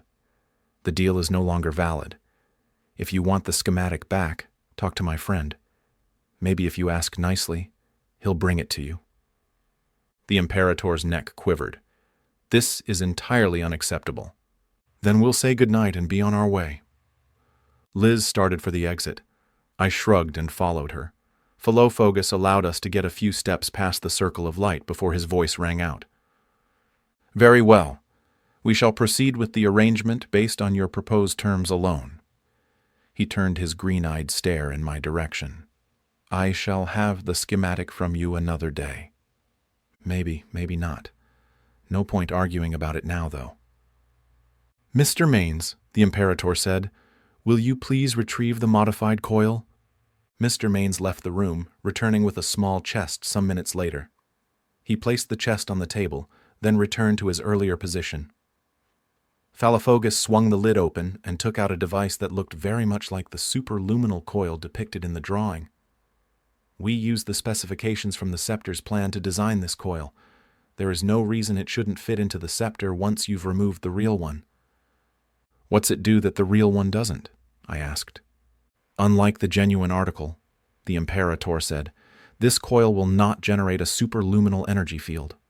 Thus, the Scepter will not discharge a destructive wave of force that will kill everyone in the immediate vicinity.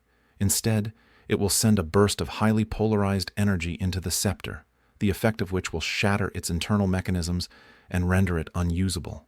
We plan to use it on the Scepter anyway, so you only hasten our work. Note, however, that this method will not damage the Scepter's moonstone, which can absorb much more polarized energy than our modified coil can deliver. The gemstone has significant monetary value, so please ensure it arrives safe and sound. Does this satisfy you, Elizabeth? Yes. Good. Then I shall share the details of how to remove the working coil and replace it with this one. Using the diagram as a reference, the Imperator identified the mechanisms that open the Scepter's shaft and outlined the steps needed to remove the coil. We nodded our confirmation when asked if we understood the process. Then Philophobus finished removing the weights from the drawing of the Scepter and replaced the parchment with another, larger one. We both leaned in to study it. This looks like a map of Alchester's underground, Liz said, but not one I'd ever seen before. I doubt many had in a very long time. The faded script, discolored parchment, and frayed edges spoke of the parchment's age, which was probably as old as the drawing of the Scepter. Liz's gaze roved over all corners of the map. This is definitely old. These aqueducts and cisterns are much more extensive now. Also, most of the sewer lines are missing. Out of the ones that are shown, half aren't even accessible anymore. That whole section there caved in during the earthquake of 423. How old is this map? It predates the fall of the old gods, Philophobus said. He jammed a finger at one section of the map. Your greatest concern is the Temple District's catacombs. The catacombs. The realm of the dead, according to some. I knew the churches used to encourage people to bury their loved ones beneath the temples. Something about keeping their spirits close to their deities or some such thing. I figured it had more to do with keeping the clergy's coffers filled with coin than anything else. For ages, as long as the deceased's surviving relatives were willing to pay, the priests were willing to dig. No wonder the tunnels had become so extensive. By the look of things, every square inch beneath the temples had some sort of passage beneath it, to where entire sections of catacombs belonging to different faiths ran right up against one another or overlapped. When all was said and done, they dug one hell of a system of tunnels down there. Philophobus selected yet another drawing from his seemingly limitless supply. He left the other one in place, laying this new one right next to it. I hoped a comparison with a modern version might yield an undiscovered egress into the Jackaree's excavation site. The priests are ever vigilant, even more so after what happened at their base in the Emery district. I doubt you'll find the obvious entry points into their lair so easily breached this time. However, they might not expect an approach from some other part of the catacombs. I glanced at both maps, orienting myself. The older map was drawn with precise details, but many of those details were no longer accurate or so lost to time that I had no idea how to tell the correct ones from the incorrect ones. The new one displayed some catacombs but was primarily concerned with the modern sewer system. Comparing the two maps required matching reference points, which proved no small task. In the intervening hundreds of years since the older map's creation, the city's boundaries had changed. which might not present such a problem if the two maps hadn't been drawn with different proportions. It didn't help that the ink on the older map faded almost past the point of legibility in some places. Despite these impediments, however, I lined up one spot with another, and, after a bit more study, pinpointed the best location for our entry into the underground. "We can start here, right at the edge of the shambles," I said. "We'll have to take this sewer line beneath Felker's Square, which is a bit out of the way, but it'll take us right up to this mausoleum, where we can—" "That's not the shambles," Liz said. "It isn't." I looked again. "Yes, it is." "No, it isn't. That isn't the location of Felker's Square either." "It's not?" I crossed an arm and put a hand to my chin. "No, and that sewer line isn't there anymore. It caved in about 20 years ago." "It did? How do you know that?" Liz smirked. "How do you think?" "The Guild's been using the underground to move about the city for decades. We don't use all the tunnels, but we've mapped them out enough to get from one side to the other. My suggestion? We start here." She indicated a place on the more current map outside the city walls. "It's out of the way, but we'll have easy access to this section, which leads right to the catacombs." I shrugged. "Unless that tunnel is caved in too." Liz patted my arm. "Trust me, it isn't." Phalofogus supplied the last information we needed, the suspected location of the Jackery excavation site. Then occupational instinct took over, and we settled in to examine the chosen route more thoroughly. We weren't expecting any trouble leading up to our arrival at the excavation site, but that didn't mean trouble wouldn't find us. If we became separated, we each had to know the path and all its turns, and we had to choose a backup rendezvous point. Not that I'd ever leave Liz behind, but one never knew what might happen on a job. Last, at Liz's request, Phalofogus allowed her to copy parts of both maps in case we needed to refer to something once we were in the field. Once parchment, ink, and quill were provided, she completed the task in minutes. With the mission's planning concluded, we were ready to get started. But Phalofogus had one more thing for us. Another gesture at Mr. Maines sent the compulsor back outside the room. He returned with a long, rectangular box, which he set on the table as soon as Phalofogus had rolled up his maps.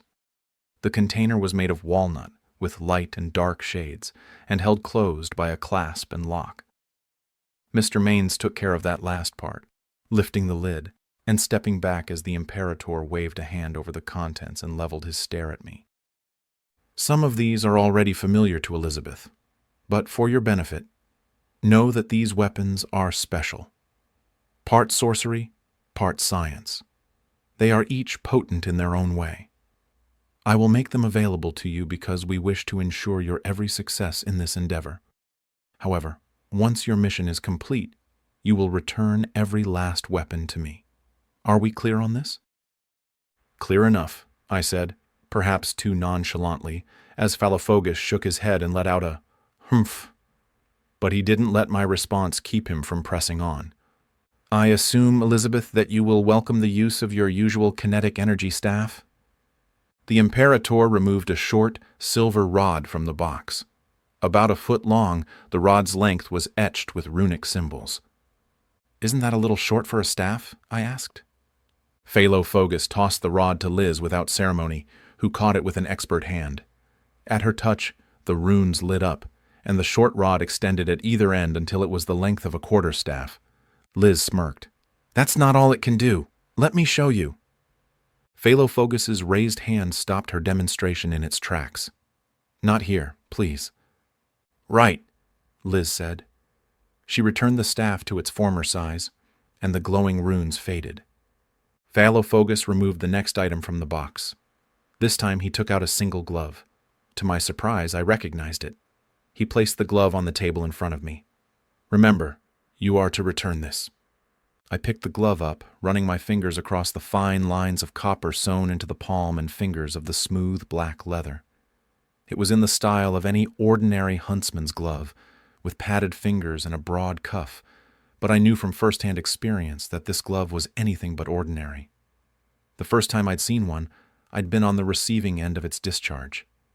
It had been an unpleasant, though educational experience, giving me a glimpse into the technology the warders were hoarding. I slipped it on. "Fits like a glove," I said, smiling. Liz shook her head and sighed while the Imperator merely narrowed his gaze at me. I like the color, too. I never complained about black. Mr. Maines, Falafogus said, as I do not have the requisite 5 fingers, please demonstrate the Force Glove's activation sequence. Certainly, Imperator. Mr. Maines stepped forward. He held up a hand, fingers spread. First, please remove the glove. We do not wish it charged right now, as there is only one way to dissipate the energy. I did as he asked, removing the glove before mimicking the movement of his fingers. It was a simple pattern, easily memorized. Repeat that sequence when you wear the glove, and it will build up a charge. You'll feel a tingling when the glove is ready for use. How long? I asked. No more than 20 seconds, but keep in mind that the glove draws energy from the wearer. You'll only have so many uses before you feel the effects. As for actually using the glove, once it's fully charged, simply touch the palm to your target. The resulting energy discharge will apply substantial force to the recipient, something like a forceful push. In case you were curious, the third law of motion does not apply as the glove has built-in dampeners, so you needn't worry about it having the same effect on you, unless you hold it up to a fixed object. Never do that. Falafogus handed several small metal spheres over to Liz, which she hid away inside her belt pouches. Flash grenades, she said. Sorry, can't show you how these work right now either. The Imperator closed the case and gathered his scrolls. Now, are there any additional questions? No? Good. Then this briefing is concluded. Your departure should be immediate and your return expedient. We shall reconvene at a different location. Briefly, he gave that to us. As I have mentioned, this task has a time-sensitive element. I, therefore, expect you no later than a single bell past midnight. Not 1 minute later. Is that clear? Liz nodded for the both of us. Someone will be waiting, Falafogus said. Good luck. Then he turned and walked away. Mr. Maines offered a tip of his bowler. Then he also left. He took the now empty case with him. Outside, Liz and I welcomed the cool gray fog that had settled onto damp streets, its cover allowing us to eschew our usual rooftop routes in favor of easier travel down avenues, side streets, and alleys. Pedestrians proved scarce, and watchmen were considerate enough to announce their presence with swaying lanterns or lazy whistling. We stole through half the city like that before Liz slowed to usher us into the quiet of a deserted alley. Sensing she intended to fill me in as promised, I waited for her to speak. I started working for the warders because I needed a break from the guild, Liz said. It's the bureaucracy that drives me crazy.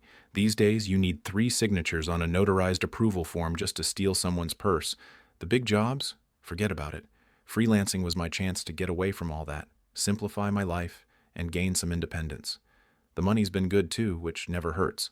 Most of all, though, working for the warders has been exciting. The secrecy, the intrigue, the danger. A girl needs those kinds of things every once in a while. But the fun stopped when you and I stumbled on the Jackeries machine. She crossed her arms. I don't mind saying it scared the shat out of me. When you disappeared into that spinning black sphere, she let out a breath. You were only gone for a second. Not enough time for me to react or even think. But I thought I'd lost you. Liz, Shut up and let me finish. Seeing what the Jackery were really all about strengthened my resolve. It made me want to help the warders that much more. But after I screwed up with the schematic, I didn't know if they'd keep me on the payroll. Turns out they're pretty forgiving when you've already proved your usefulness to them. They started sending me out on new jobs right away. Nothing exciting this time around. A rare tome from such and such's personal library. A scroll from some forgotten corner of the king's chancery. The jobs were easy. Any rank-and-file guild member could have done them without breaking a sweat. And seemingly unimportant that, at first, I thought they hadn't forgiven me after all, and this was their way of punishing me. Boredom got the best of me, so I started taking a peek at the things they were having me steal, the books in particular. A trio of stray dogs came running down the alley. One stopped long enough to sniff in our direction before taking off in pursuit of the other 2. And? I asked, thinking of Bombadillo. What did they say? Beats the shat out of me. I couldn't understand a word of them. But they were all old, and most looked like they were written in the same language. Since I didn't figure the warders would waste my time or their money by having me retrieve worthless items, I took one book to an expert to examine it. You ever heard of the Keeper? Only in passing, I said. I'd never had any dealings with him, but I knew him as someone who specialized in collecting rare books and documents.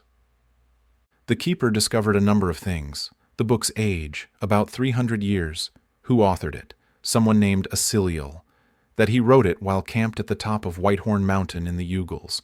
Oh, and that it's almost completely worthless. Apparently, Asiliel had a thing for a rare breed of mountain goat. That's what the book was about. Feeding, mating, sleeping, and I don't know or care what else. I thought there might be something special about this book, too. All the others were big, with stiff covers. This one's cover was soft. Also, it was half the size of the others, and the script on each page was almost too large, as if written for a child. I still have no idea what the warders wanted with it. There were other books and such after that, including ones much older, but I couldn't very well have each one examined without raising suspicion, so I left it alone and started focusing on other things. Such as? Such as why the warders are so concerned with stopping the Jackery. She looked directly at me. Remember when the top floor of the Williamson building exploded? I had to search my memory, but I recalled the event. About 4 months ago, one of their alchemists had an accident and boom. More or less. The King's magistrate looked into it, of course. During the investigation, the Williamson Company swore up and down that the researcher who'd caused the explosion wasn't working on anything they'd authorized. No wonder, too.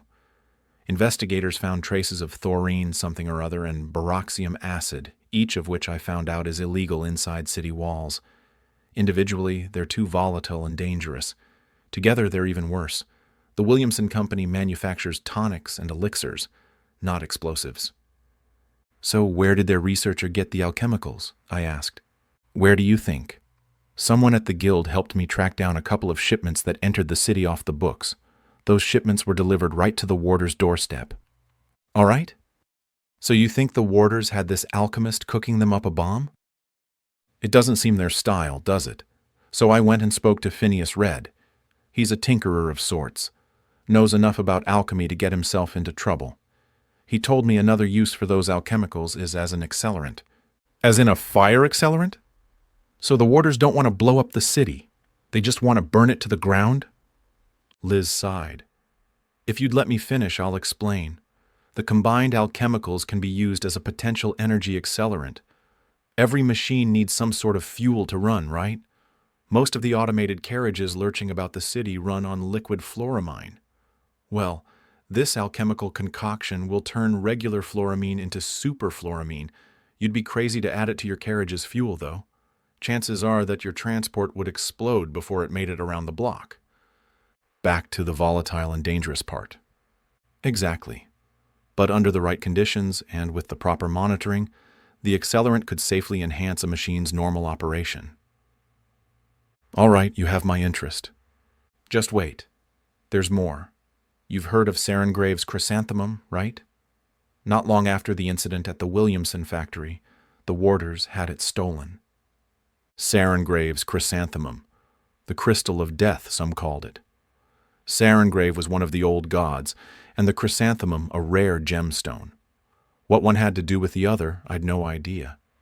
I knew, however, that the chrysanthemum's worth was immeasurable, which made it exactly the kind of thing one might use to finance something big. The guild knew of the theft, but not who did it. It wasn't me, in case you were wondering. I wasn't even working for the warders at that time.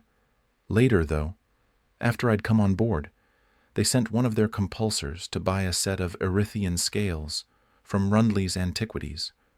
Erythian scales are odd devices because they measure density, not weight, using a process described to me once as a form of hydrostatic measurement. I'd have to consult Phineas if I had any hope of describing the process to someone else. Anyway, Rundley's more hoarder than dealer, and since Erythian scales are rare and hard to find, he refused to sell. A few nights after he sent the compulsor away disappointed, the King's magistrate raided his place. Something about illegal imports. When the dust settled, the scales and a batch of old and rare city maps had vanished. Then, a week later, the warders. I get the idea, I said. They've been busy. Add in the jobs I've done for them, and I'd say very busy.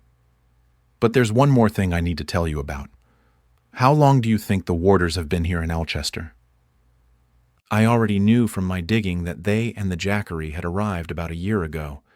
I told as much to Liz. Try 20 years? 20?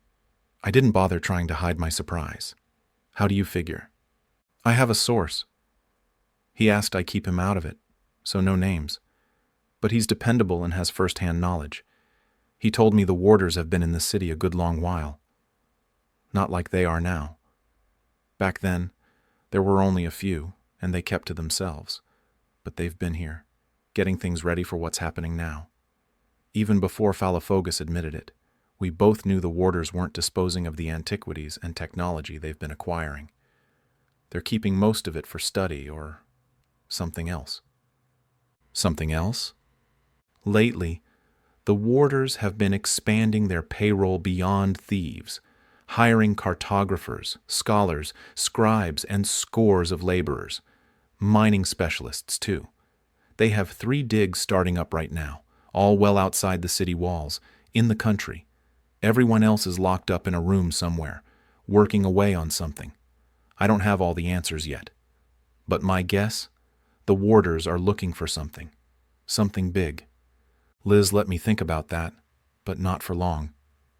We could talk about this all night. Right now, though, we've got work to do. She was right. As much as I wanted to continue our conversation and delve deeper into the warders' motives and goals, we had a task to take care of tonight.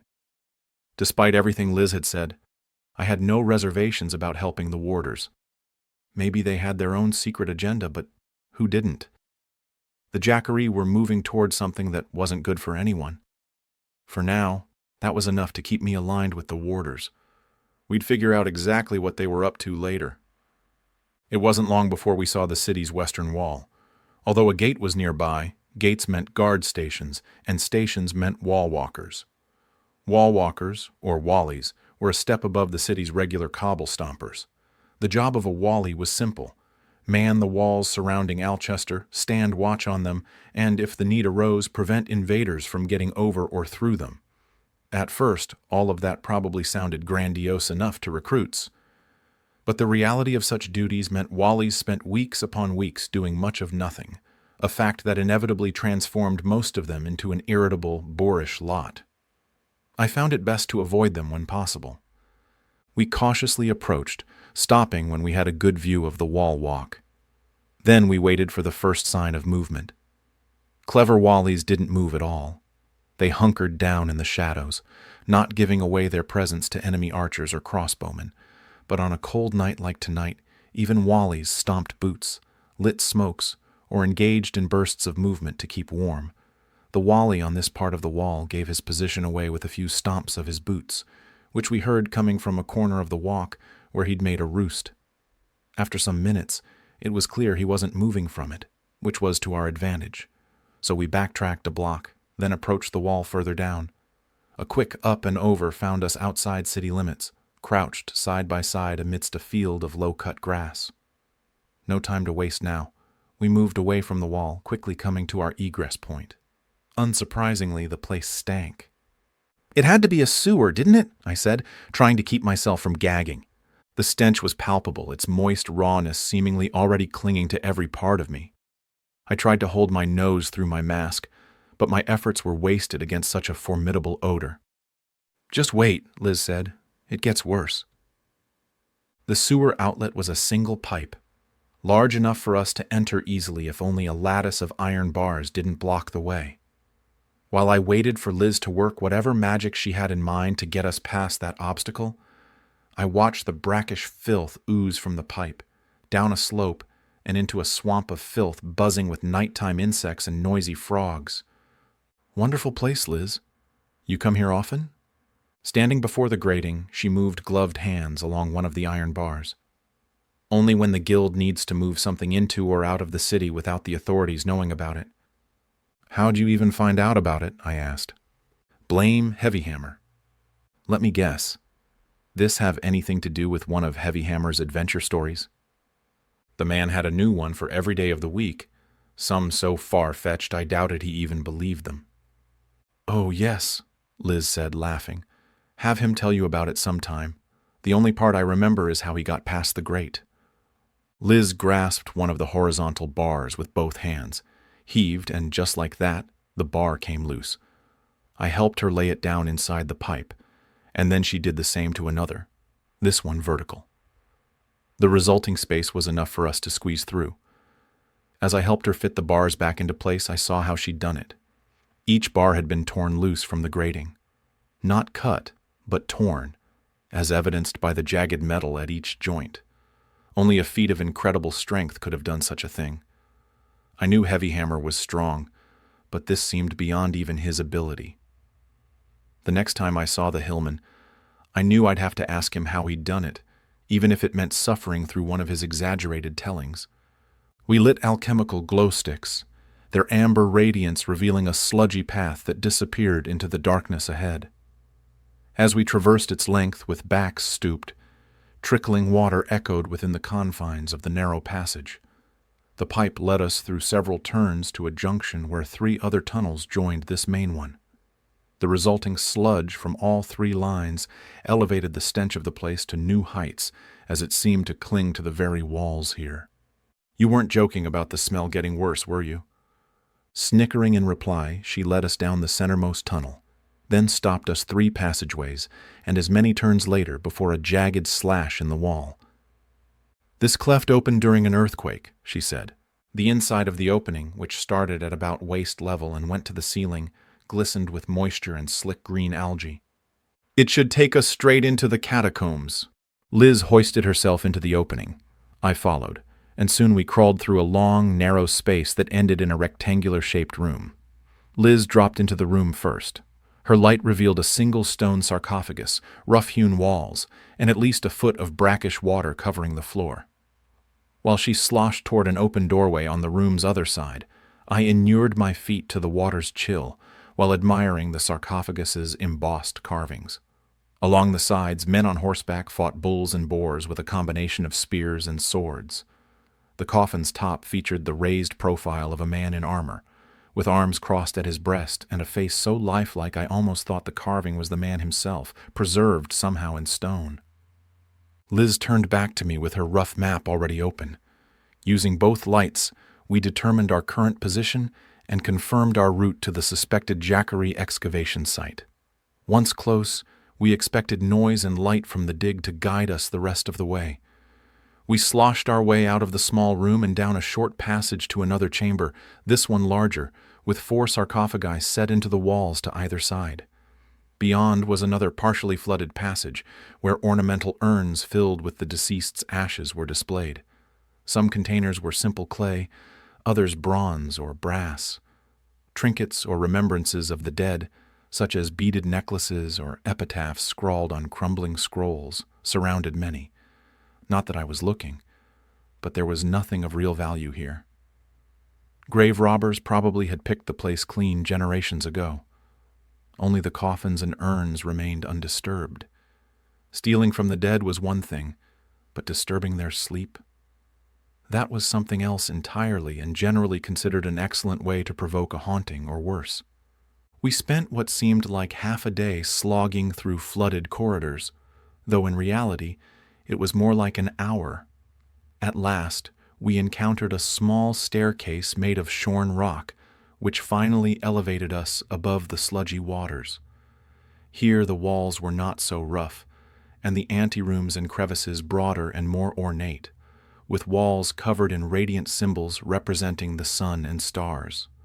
Once there had been a goddess of the sun and stars, but I didn't remember her name.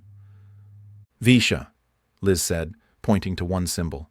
"Goddess of the sun and stars, and also Namarom's wife."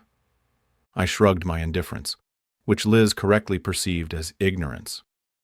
"Haven't you ever been to the temple district? Her temple is next to her husband's, which means we're close."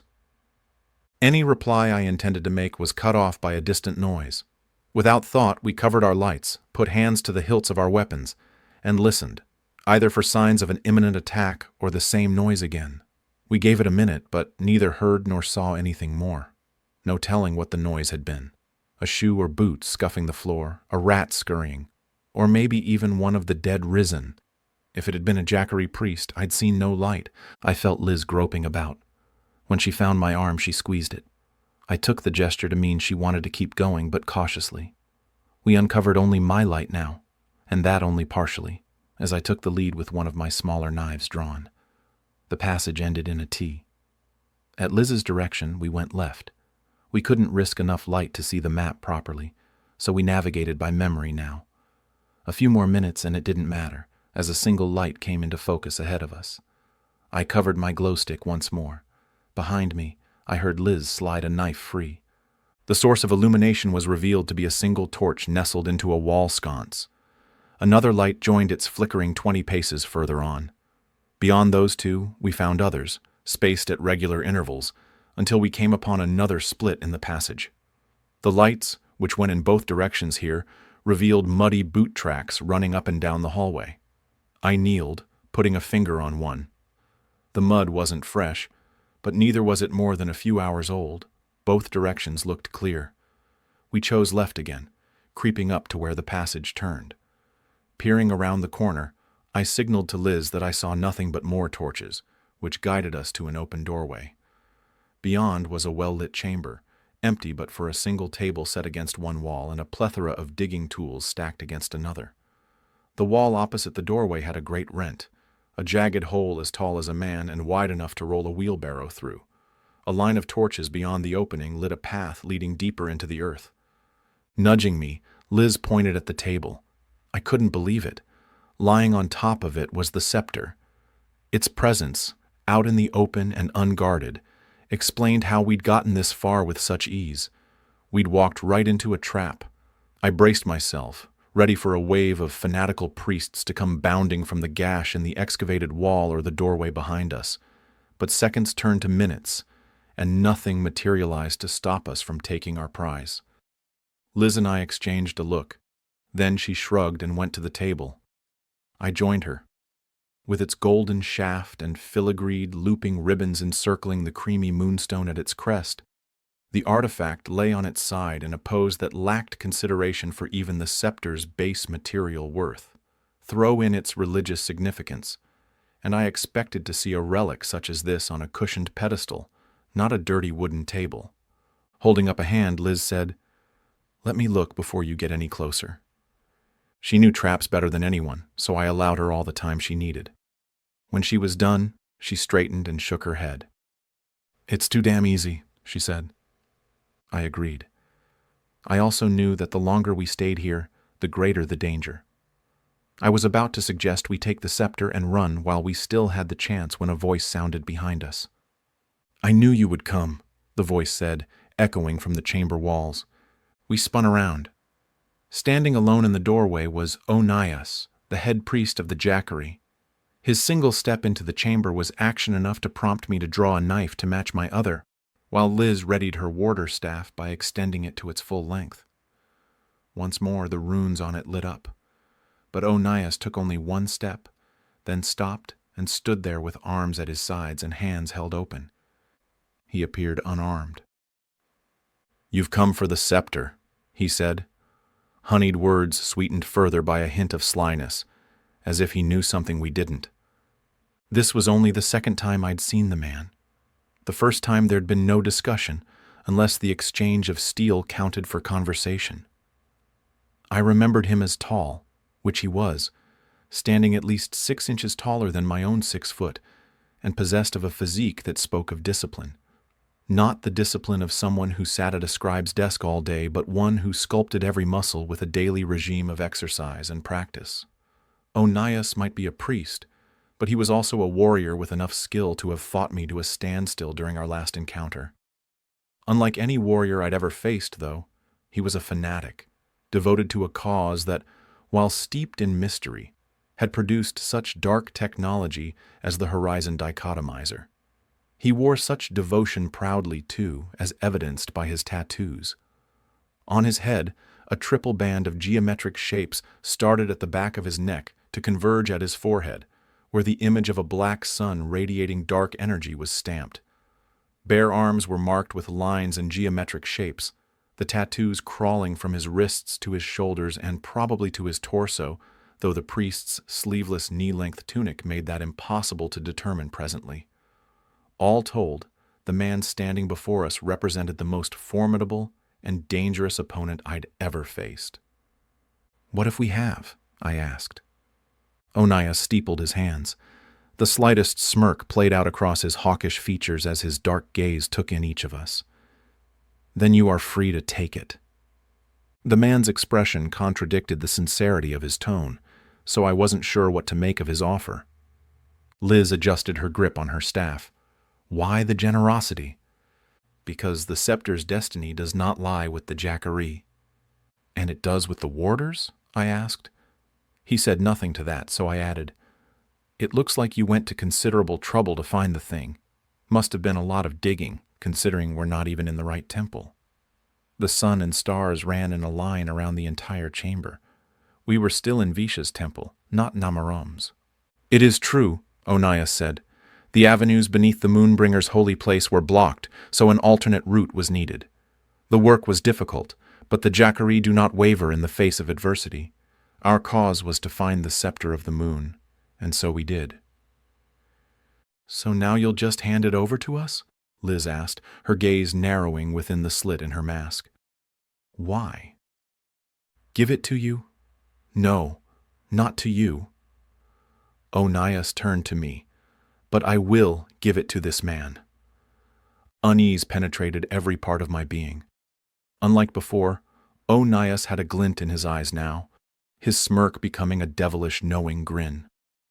This man was a fanatical killer whose followers I'd witnessed commit suicide without giving the act a second thought.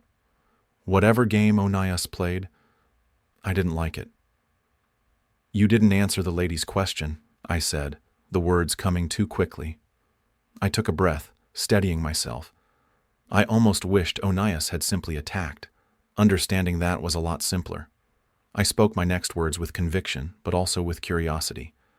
"Why give either of us the scepter? You must know who sent us. Why help them?" "We are only interested in restoring the balance." "Balance?" I asked. Onias turned to admire the wall motifs of Visha. "It is the way of things. Once, a very long time ago, light balanced with darkness, good with evil. The scales of Medic, balanced evenly." "Medic's scales were never balanced," Liz said. "They were always weighted heavily against men such as you." Onias glanced sidelong at her, his brows raised. He laughed. "It's true. Yet Medic held neither thieves nor assassins in such high regard either." Onias put his hands behind his back and stepped closer. As his gaze settled on me once more, his smirk faded. "It depends who is on either side of the scale. You and I shared an experience. We both felt the embrace of that other place." I steadied my grip on my knives. The only thing I felt was cold. "Yes," Onias said, "cold and darkness, to counterbalance warmth and light. If that's supposed to mean something, it means everything. You may not understand now, but in time, you will. As I said, all things come into balance, and so shall your ignorance with your comprehension. Why wait? How about you fill me in now, starting with how you ever thought I'd let you walk out of here alive?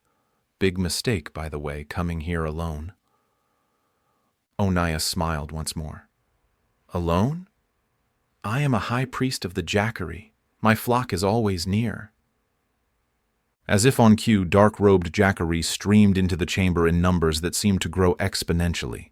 Liz and I put our backs to one another, not that it would do us any good against the sea of tattooed faces quickly facing us from every direction. For the moment, they only surrounded us. But if their glares were any sign, most itched to do more. Unlike Onias, these men were not weaponless. Cudgels, maces, and crysknives were among the more popular selections of the day. One priest stepped forward. Bull-necked and squat like a pit fighter, his tattooed arms bulged as he curled and uncurled fists. The black sun tattoo on his forehead was like a third eye, such was the darkness of the stare he directed at us. "These infidels deserve to die," the priest said. "First, they trespass. Now, they threaten. Such disrespect cannot stand unanswered." "Yet for now, Autet, it shall," Onias said. Hefting a spaded mace, Autet went on as if his high priest had said nothing. "No need to issue a command, brother, for those of the holy darkness are ever ready to smite those who stand against our cause. Fear not, for we shall see thy will done." The man coiled himself to spring. Around us, other Jackery did likewise. Next to me, Liz gave her staff a quick twirl. The motion set the staff crackling with energy. I lifted my knives. No doubt about it, we were headed for one hell of a fight, right until Onias spoiled all the fun with a thunderous outburst. "My will has been spoken!" Autet, with his weapon still raised, rounded on the high priest with a snarl. "Yes, your will! That we give ones who have stolen from us the scepter of the moon and allow them to walk out of here alive." Onias, who hadn't yet looked at his subordinate, did so now. For several long seconds, he allowed his flinty stare to bring him to heel. It had the desired effect, as Autet took no action, nor gave voice to further protest. The high priest glanced at the raised weapon. Autet lowered it.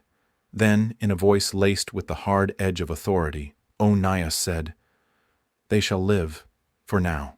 Such is our God's will, and so it is mine. Do you, Autet, question this, or dare to defy it?" Though Autet looked strong enough to snap Onias in half, the high priest's words had a sobering effect as Autet's simmering abated. He returned the mace to his belt and bowed with hands flat at his sides. "I but serve." As a last act of conciliation, he surrendered his position, stepping back to rejoin the others. "The scepter is yours," Onias said to us. "Take it and go. You may ascend and leave by the front entry. Follow the torches to find your way out. My followers will not hinder you." Uncertain, we hesitated, but I didn't think we'd get a second chance, so I took the scepter from the table, and with Liz and her staff in the lead, we made our way through the gathering. Though venomous stares threatened us from all sides, the priests allowed us to pass. Outside the chamber, with no pursuit in sight, I said to Liz, "You think you can get us back to the sewers?" Taking a torch from the wall, she nodded. We were of one mind when it came to accepting any more of the Jackery's generosity, or taking any chances that they might change their minds and try to stop us before we made it outside. It was slow going, but we made it to the sewer grate without getting lost. With the light of the moon welcoming us back to the land of the living and the bars restored, we convened to decide our next move. "Take the coil out of the scepter," Liz said. "I want to see something." I performed the steps as described by Phallophogus. We heard a click, and the coil half popped from the scepter's bottom. As soon as I'd pulled it free, we saw why Onias had allowed us to take the device. The coil was burned out. We were neither engineers nor artificers, but compared to the modified coil the warders had given us, this one was a blackened husk. Tubules were blown, copper was fused, and the housing cracked. No wonder Onias let us walk out with it. The part he wanted, the coil, was useless and beyond repair. I replaced the ruined coil with the modified one. "You ready to activate it?" "Seems like as good a place as any." "Wait 1 second. Liz moved a safe distance away, just in case it blows up in your face. The device jolted in my hand but didn't explode, as the moonstone flared with brilliance for a second before the light faded and then disappeared. The scepter's golden shaft had lost some of its luster, and some ribbons had twisted and curled, but the gemstone appeared undamaged. Figuring that was that, I slipped the scepter and the burned-out coil into a black bag we'd brought along for that purpose. "Now that we're done with that business," Liz said, "it's time to move on to the rest." "The rest? You mean go meet the warders?" Something in her expression told me she didn't mean that at all. "We need to have Erevar's schematic examined." The schematic again. I wished I'd never stolen the damn thing. Why exactly do we need to do that? Because it's important. Think about it. The warders want it. The Jackery want it. It's strange they didn't ask about it, isn't it? The progressives had it, so I'm sure they'd like it back. Everyone seems interested in it, so how can it not be important? She was right. Everyone who knew about the schematic wanted it, including the one person she'd left out. "There's someone you forgot about," I said. "Excuse me?" Liz asked. "Besides the warders, Jackery, and progressives, there was someone else. An individual, identity unknown, hired your guild to steal the schematic. I believe you were the one who told me I'd stepped all over a guild contract when I stole the schematic in the first place, remember?" "Right," she said. "But I only delivered the message, so I don't know the client's identity. Someone else trying to get their hands on the plans just means it's that much more important." "Maybe. What sort of answers do you expect to get from it?" "I don't know, but an expert might. Leave it to Liz to always make sense." "So, who do you have in mind?" "I was thinking of the Progressive Society. They're technologists, right? I know you stole it from them in the first place, but maybe they'll forgive and forget, and tell us what we need to know for the right price."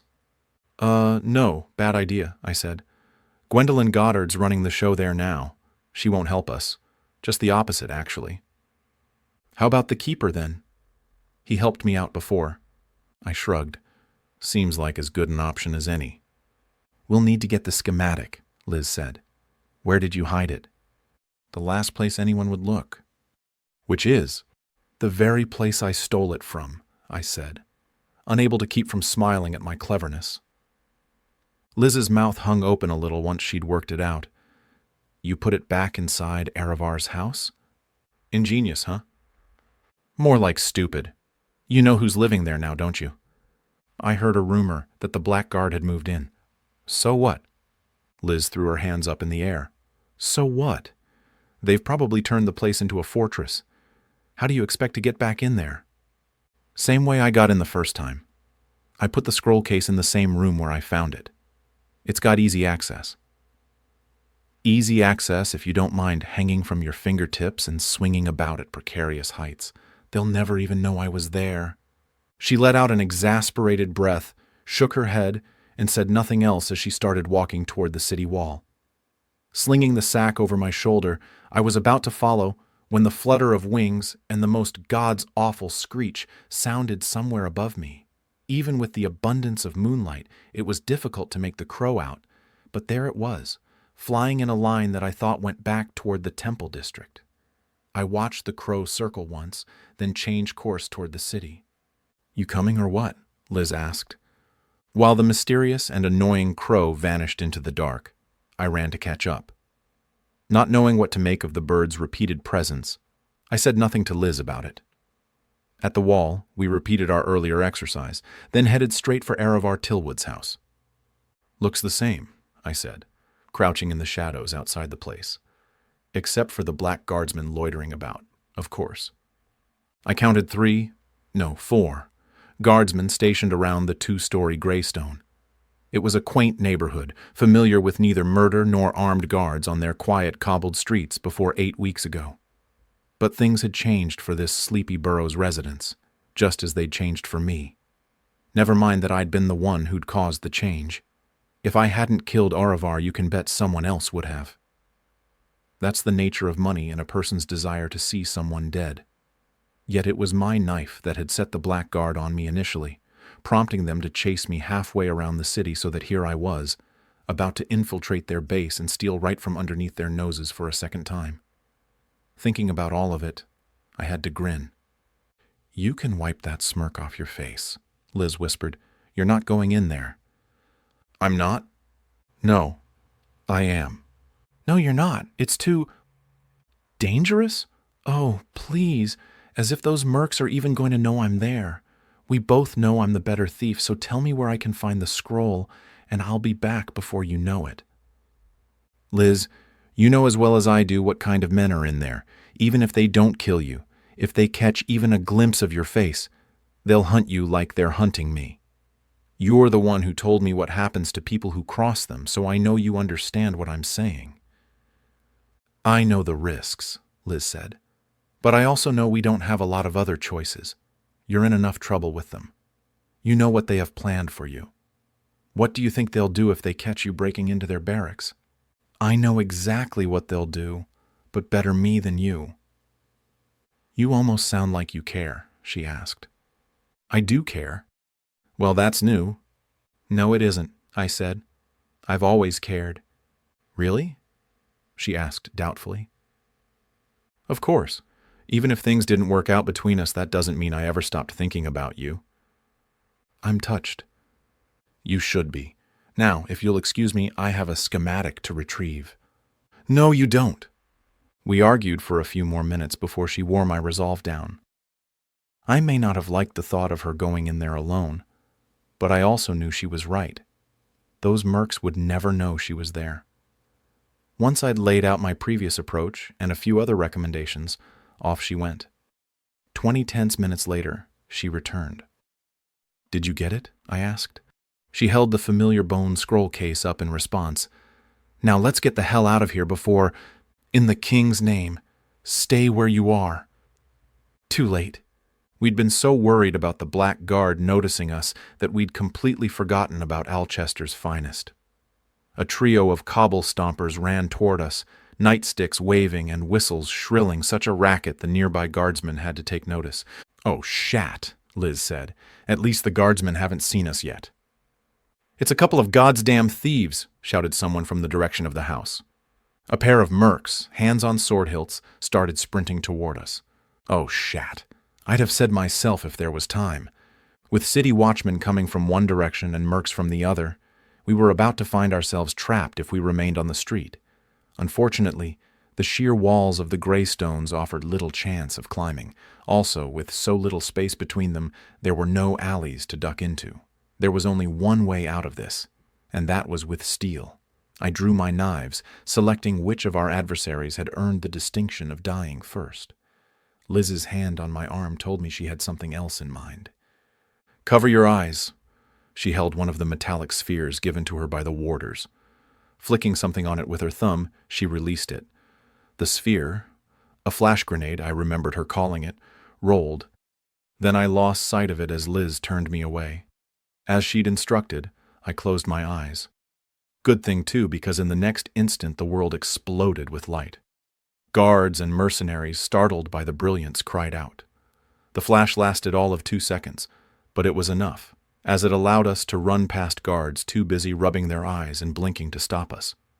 The effect is temporary, Liz said, so let's get out of here.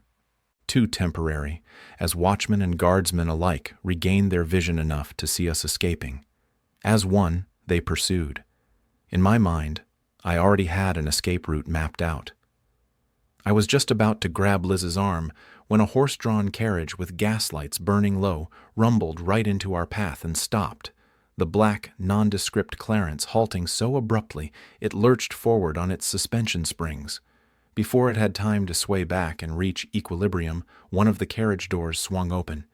"Get in!" a voice called from inside. It was too dark to make out a face. Up front, the driver waited with hands poised to snap the horses back into motion. "Fire and brimstone!" the voice from within growled. "Get in now!" This time a face appeared from the darkness. I recognized the sharp features and dark, neatly trimmed goatee instantly. Atticus Drake. Along with Gwendolyn Goddard, Atticus was a member of the Progressive Society, an unfavorable accolade presently given Ms. Goddard's demeanor toward me. While Atticus had played no direct part in her machinations, I still didn't trust him. On the other hand, he didn't seem interested in helping the men chasing us. In short, I saw no reason not to take advantage of his offer. "Get in," I said, shoving Liz ahead of me. Trusting that I knew what I was doing, she leaped into the Clarence without question. I was right behind her. Before we even had the door closed, the carriage shot into motion. We rambled along at such a rapid pace the guards had no chance of catching us. Soon their shouts faded, and I knew we'd escaped. The inside of the coach was anything but spacious, but it was comfortable and warm, thanks to a heating stone at our feet. We shared a single embroidered cushion with only a little room to stretch our legs.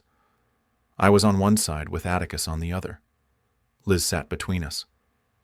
"That was close," Atticus said. "But you're safe now, Mr. Thornton." Thomas Thornton had been the name I'd used when Atticus and I had first made our acquaintance. But Liz and I still had our masks on, so I had no idea how he knew my identity, assumed or not. Seeing no further reason for subterfuge, I removed mine. Liz did the same. "Well, that's better," Atticus said. "I much prefer to see a person's face when speaking to them."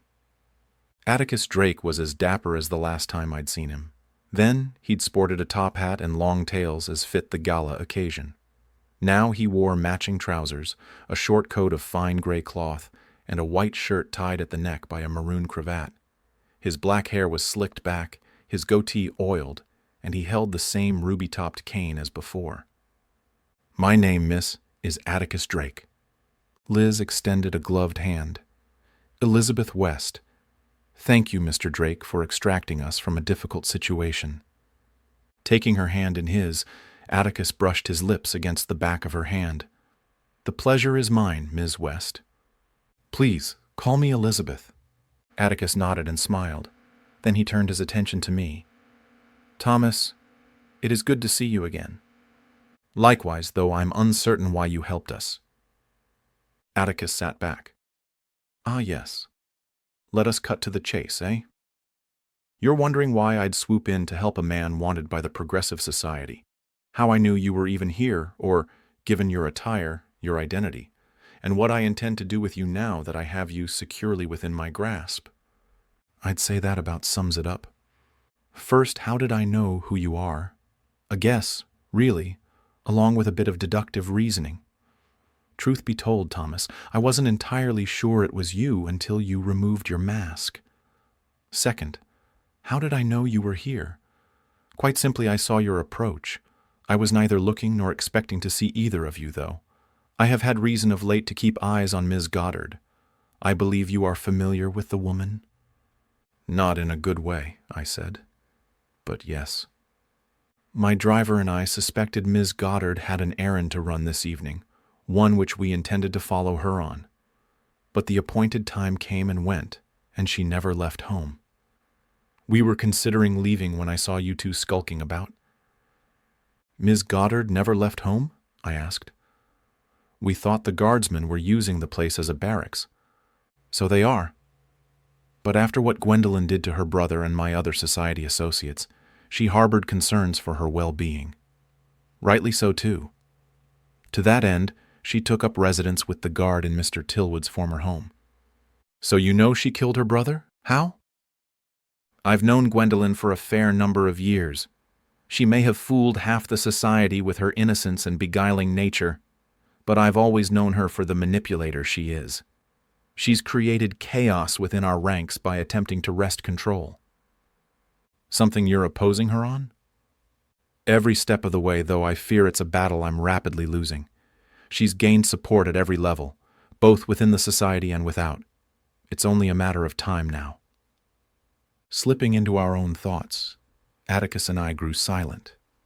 Liz, however, who was not familiar with Gwendolyn or her scheming, had no reason to settle into quiet contemplation. "What about the rest of it?" she asked. "Why did you help us? Do you intend to report us? It doesn't sound like you've any love for this Gwendolyn person, but what about the authorities?" Atticus sat up straight. He banged the end of his cane on the carriage floor. "The authorities? Certainly not. If I meant to hand you over to them, I would have simply impeded your escape and allowed them to capture you. I helped you because, in my estimation, anyone who is not a friend of Ms. Goddard is a potential ally of mine. Let me assure you, I've no specific designs on your fate." The whole rescue bit was spur of the moment. "I am curious, however, about your reasons for breaking into Ms. Goddard's home. What does she have of value that you'd want? Unless you did it to murder her. You didn't kill her, did you?" "We never even saw her," I said. It was hard to tell if such news was a relief or disappointment to Atticus. "It's a long story, but we were looking for something." "And did you find it?" Atticus asked, eyeing the black bag holding the scepter I'd placed at my feet. Liz looked at me, probably wondering how much I trusted him. I shrugged, so Liz held up the bone scroll case and said, "We were looking for this." Forgetting all about the bag, Atticus cast an appraising eye over the patterned etchings displayed along the length of the case. "Ah, yes, This must be Aravar's mysterious schematic, but hidden precisely from where it was stolen. I must say that's ingenious. That's what I thought, I said, giving Liz a light elbow, which she ignored. How do you know about it? Liz asked. Because some weeks ago I hired your thieves' guild to steal it for me, though that effort obviously failed. Most disappointing, considering the guild's reputation. You hired the guild? I didn't quite believe what I'd just heard.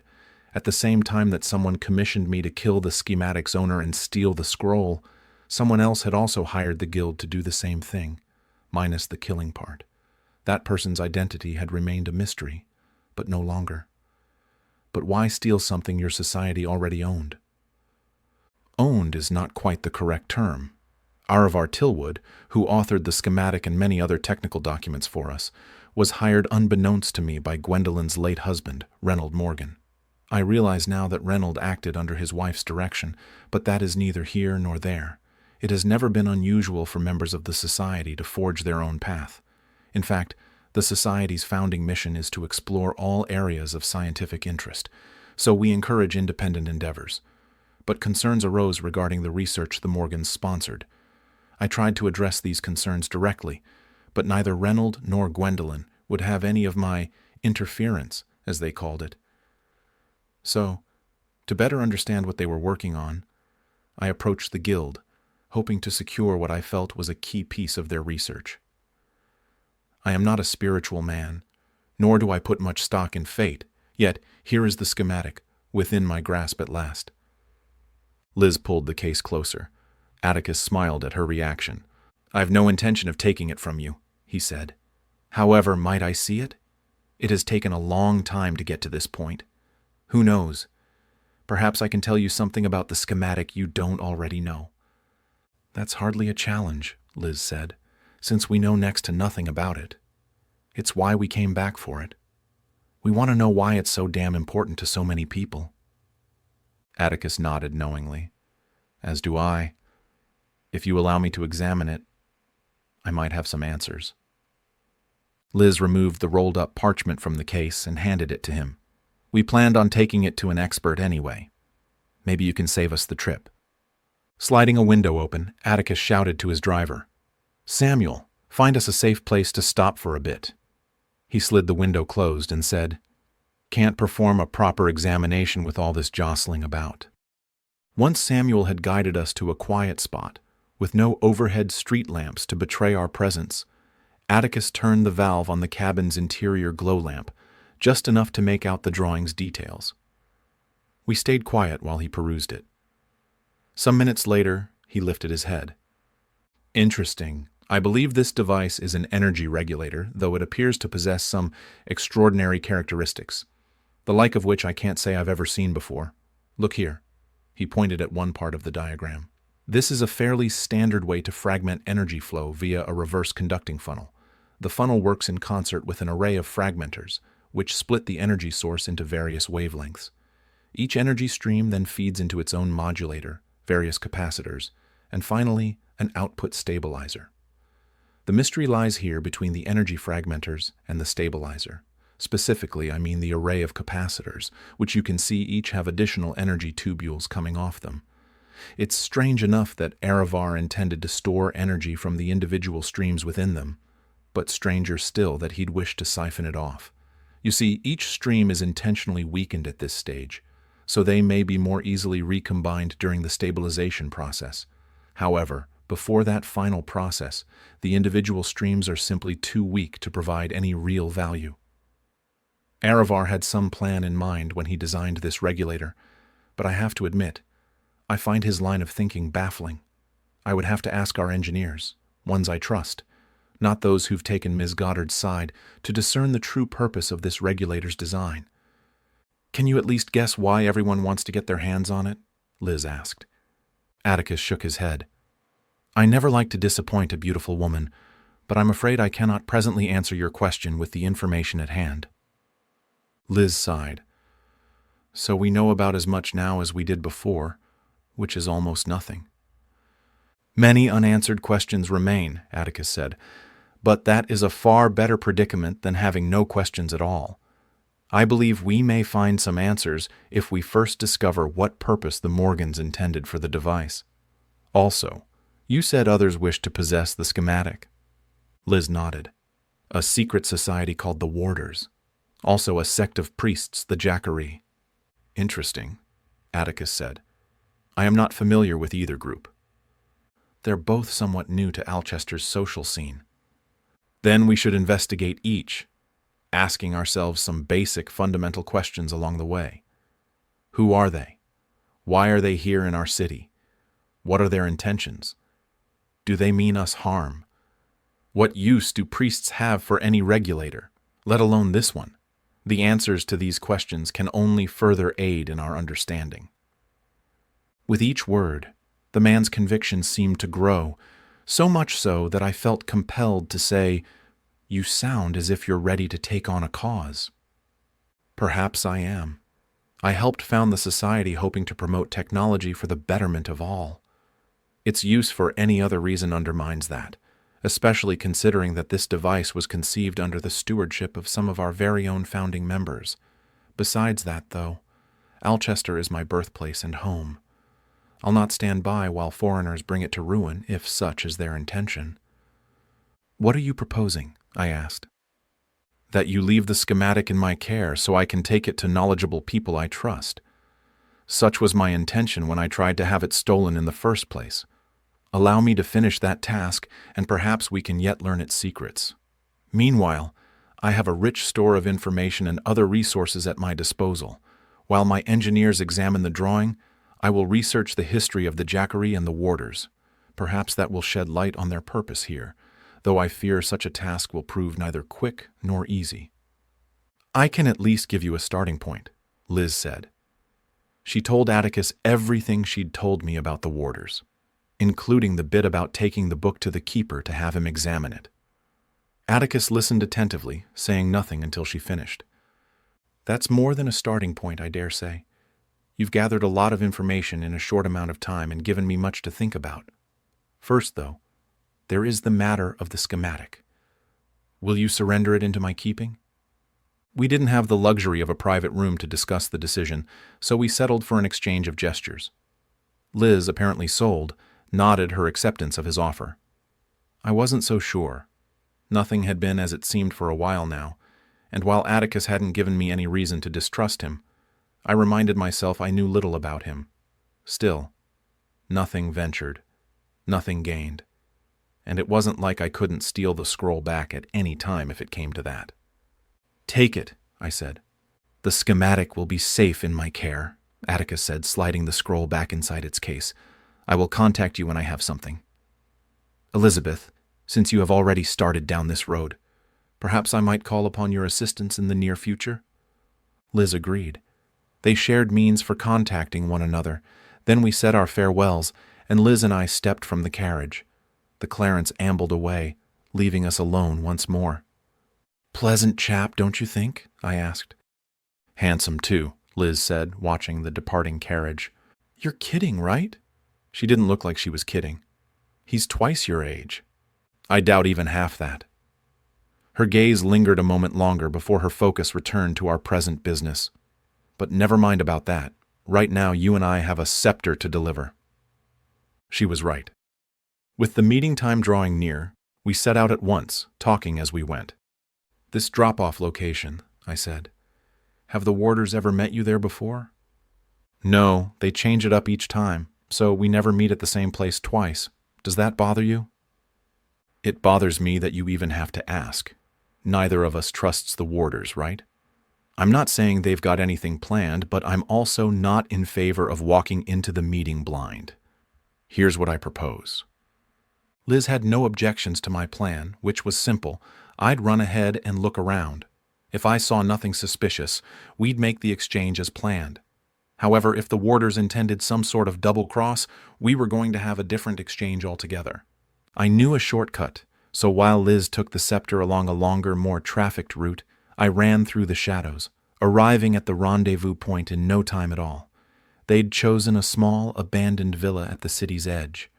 A wise choice not only because of its isolation, but also because the sloping, open terrain leading up to the house made it easy to spot anyone approaching. Such an advantage made my task more difficult, but only marginally so, given my skill at foiling detection. I reached a back wall with no interruptions, ascending to the slanted, tiled roof with ease. Once I'd crested the roof's peak, I crept to the edge and spotted the long-necked Imperator alone in the courtyard below.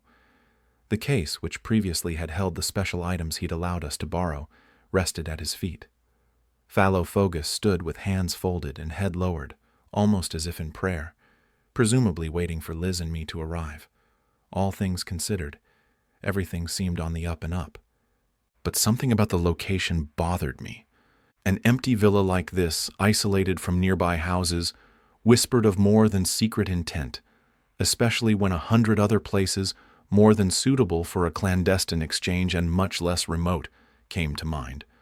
So, unless Phallophogus was better with a weapon than I thought, I suspected he'd arrived with friends. I didn't have to search long for such company as I spotted a man steeped in the shadows of a second-story window. His presence was almost imperceptible, but for the front end of a loaded crossbow pointed into the courtyard below. I crept back, careful to stay out of sight. Still on the roof, I followed the U configuration of this part of the villa to the building's other side. Sure enough, another crossbowman stood ready in a window opposite the first, one bolt for me and another for Liz, or maybe they were both for me, and Phallophogus had something else planned for Liz. I returned to the roof's other side, lowering myself down the same way I'd come up before I entered the house via a service entrance.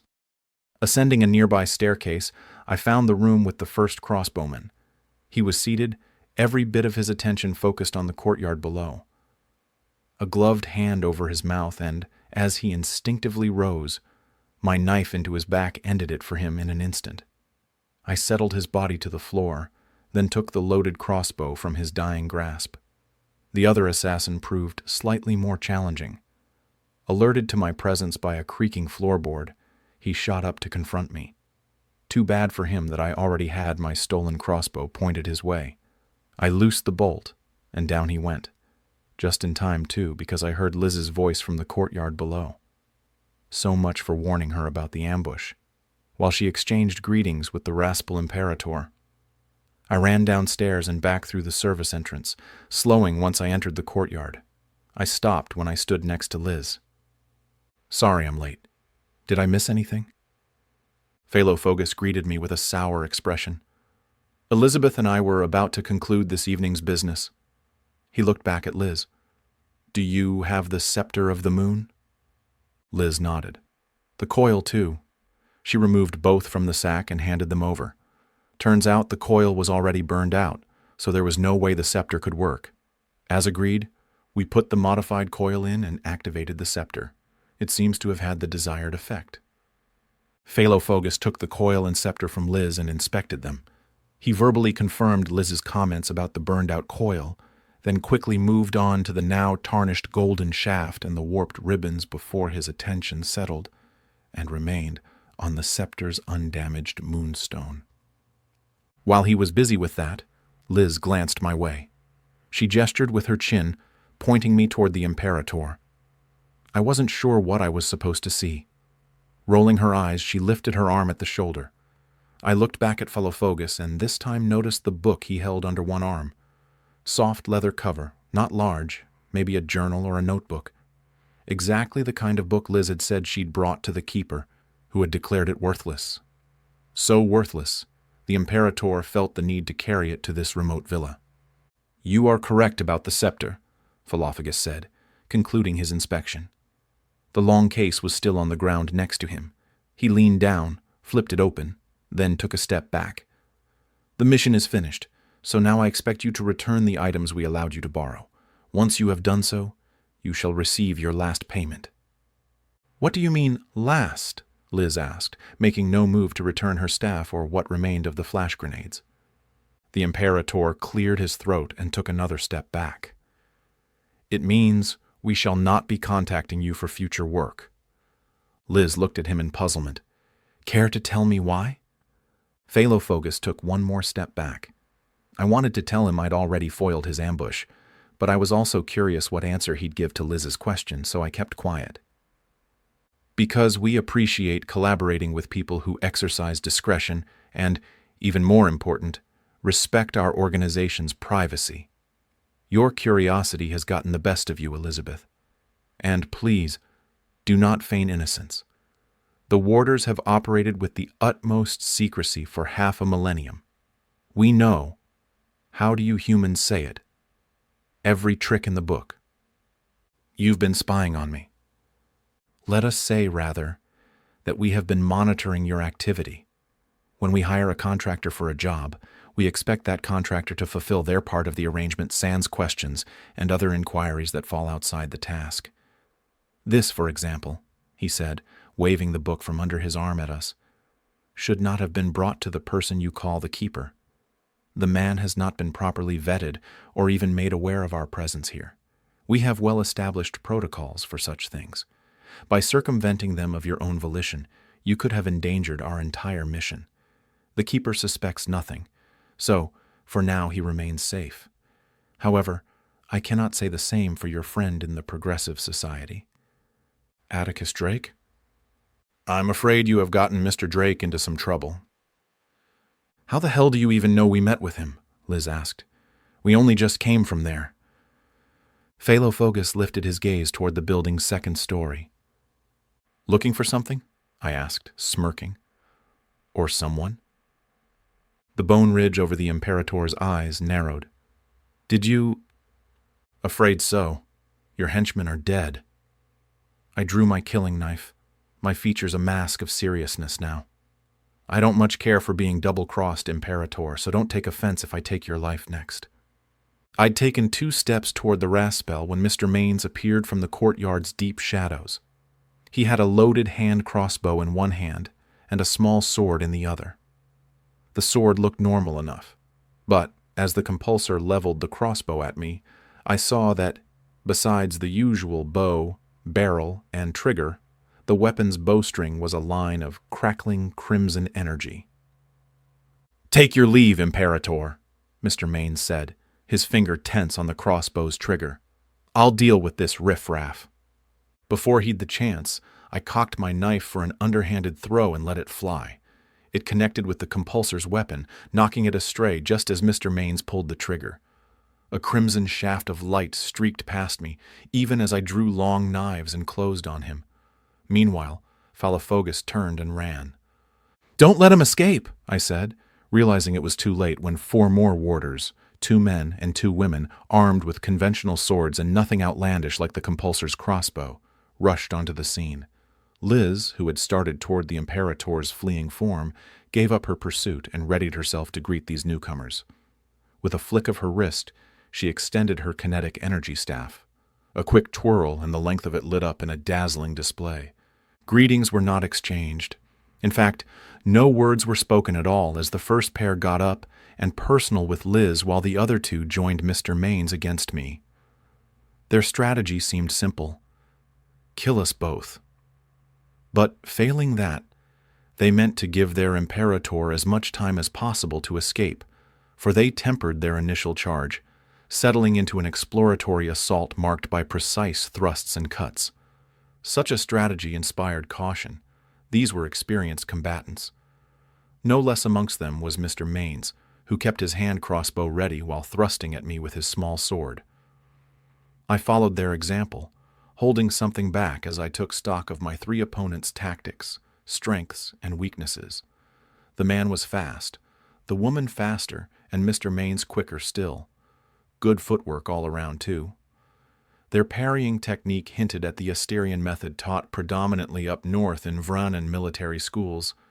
Their low-guard thrusts and slashes were the preferred combat style of Freelanders. Both are competent fighting methodologies, but not without their faults. I felt obligated to provide a few pointers. Your front foot is a little too forward, I said to the woman, and your rear too straight. It's not your execution per se that's at fault, but an inherent flaw in the style itself, which doesn't lend itself to someone of your height and weight. It's leaving you slightly off balance. Here, let me demonstrate. A feint sent Mr. Maines and my other opponent back a step, allowing me to focus my attention on the woman. Blocking her swing with one of my knives, I kicked her in the midsection. As expected, she lost her balance, stumbled, and fell to the ground. Too late, I realized the mistake I'd made by disengaging from Mr. Maines as he leveled his hand crossbow at me. Again, the bowstring lit up with crimson energy. Then the compulsor pulled the trigger. I dove forward, rolling as the bolt flashed overhead. Coming up in one fluid motion, I found myself right in front of Mr. Maines and his crossbow, which was already charged for another go at me. This time, as the compulsor fired again, I forced his aim astray with the hilt of my knife. The woman I'd knocked down chose precisely that moment to stand up. She took the full brunt of the missile square in the chest. As crimson tendrils enveloped her, she began convulsing, and though her mouth hung open, she made no sound. Then the energy dissipated, and she collapsed straight back to the ground, unconscious or dead.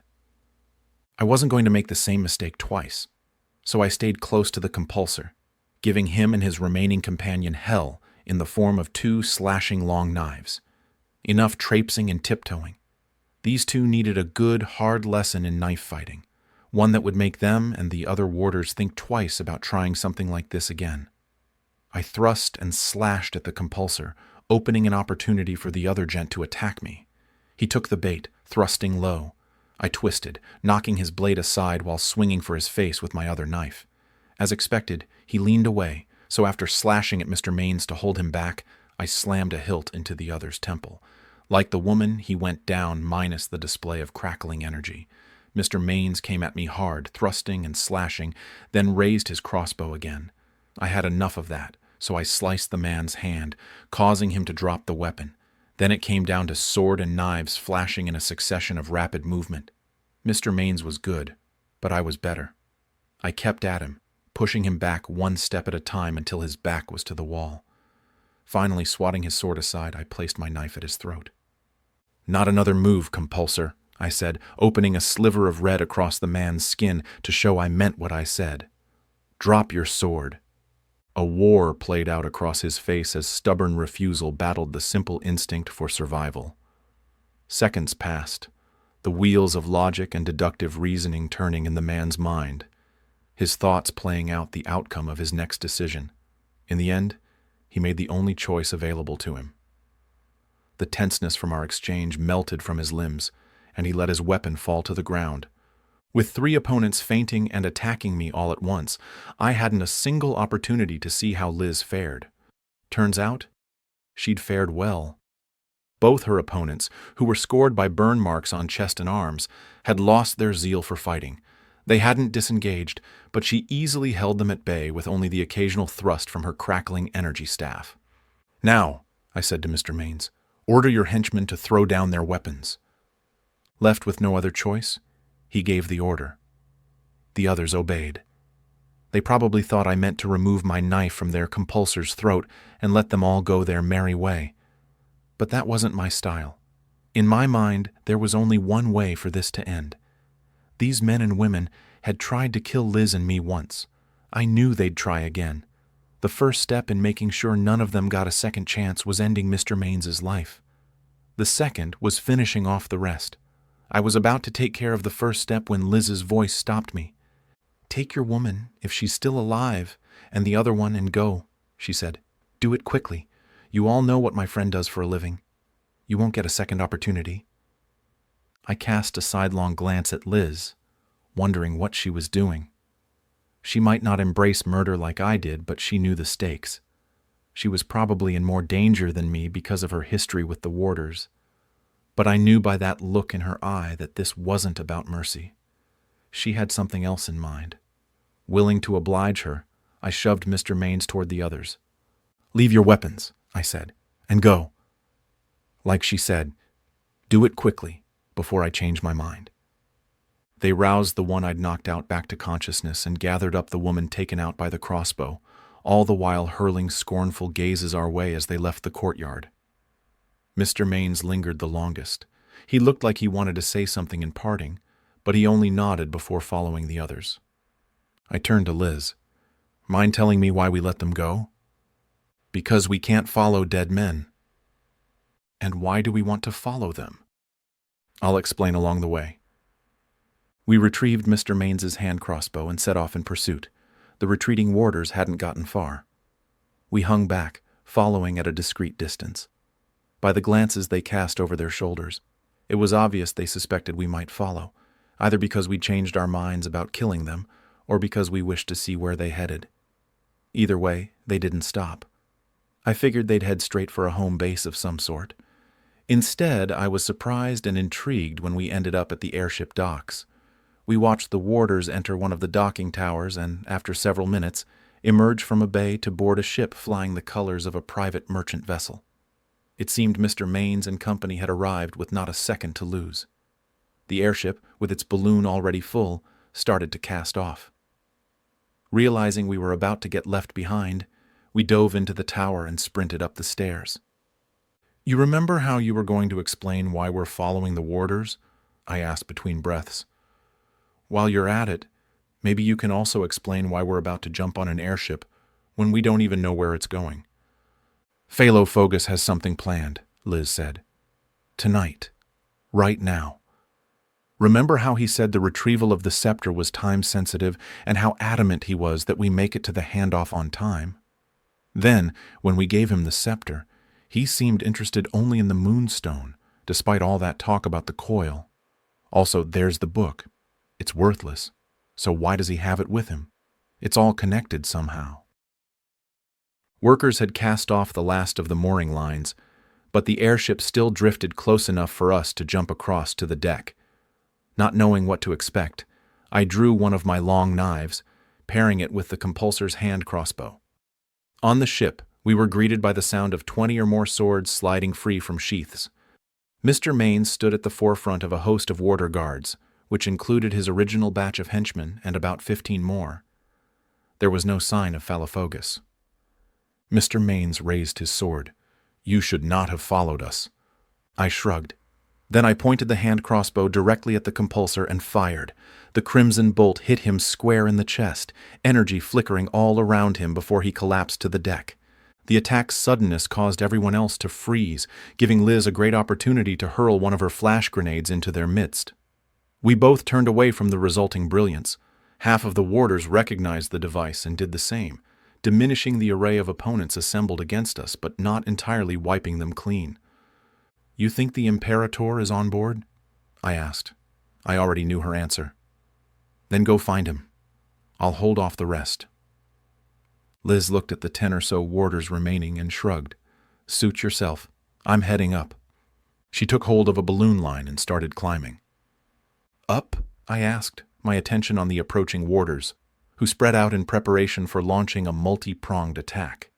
I shot one of them with the crossbow and wanted to do the same to another, but the device seemed to have run out of energy. I tossed it aside, freeing my fingers to begin my force gloves activation sequence. "Why up?" When she responded, her voice was already far away. "I saw Phalofogus in the crow's nest with the scepter. I bet he's got the book as well." No more time for chit-chat. In another second, I was going to find myself surrounded. I backed away, trying to keep that from happening, but a handful of warders had already expected such a move and gotten around me while I was fiddling with the crossbow and glove. Meanwhile, the airship moved away from the docking tower and rose in what seemed a severe rate of ascension.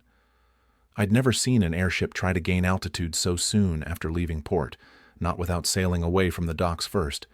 Yet we seemed hell-bent on reaching the moon itself as fast as possible. Whatever the reason, the unusual flight plan kept the ship's airmen occupied and out of the fight. Not that Mr. Mains's henchmen needed them. I was sure I'd take out 3 or 4 of them, but their sheer numbers and the close quarters almost guaranteed I wasn't walking out of this in one piece. I was just thinking I should have gone with Liz when a flutter of black wings appeared right in front of me. Ack! Wings slapped my face and claws slashed inches from my eyes. Lashing out by instinct alone, I missed the crow, but the attack was enough to send the bird flying away to land amidst the balloon's spider web of ropes. It looked down, its head turned, and a single golden eye focused on me and me alone. "Ma!" A horn sounded once, then twice, from somewhere forward. "Tilda!" The first horn's blare stopped most of the airmen in their tracks. The second shocked them back into motion, especially when a cry sounded from the command deck. To arms! To arms! The warders looked about, confused. I didn't blame them. I had as much idea of what was happening as they did. A single airman enlightened us all. "Prepare for collision!" he cried. Collectively, we followed the direction of his stare.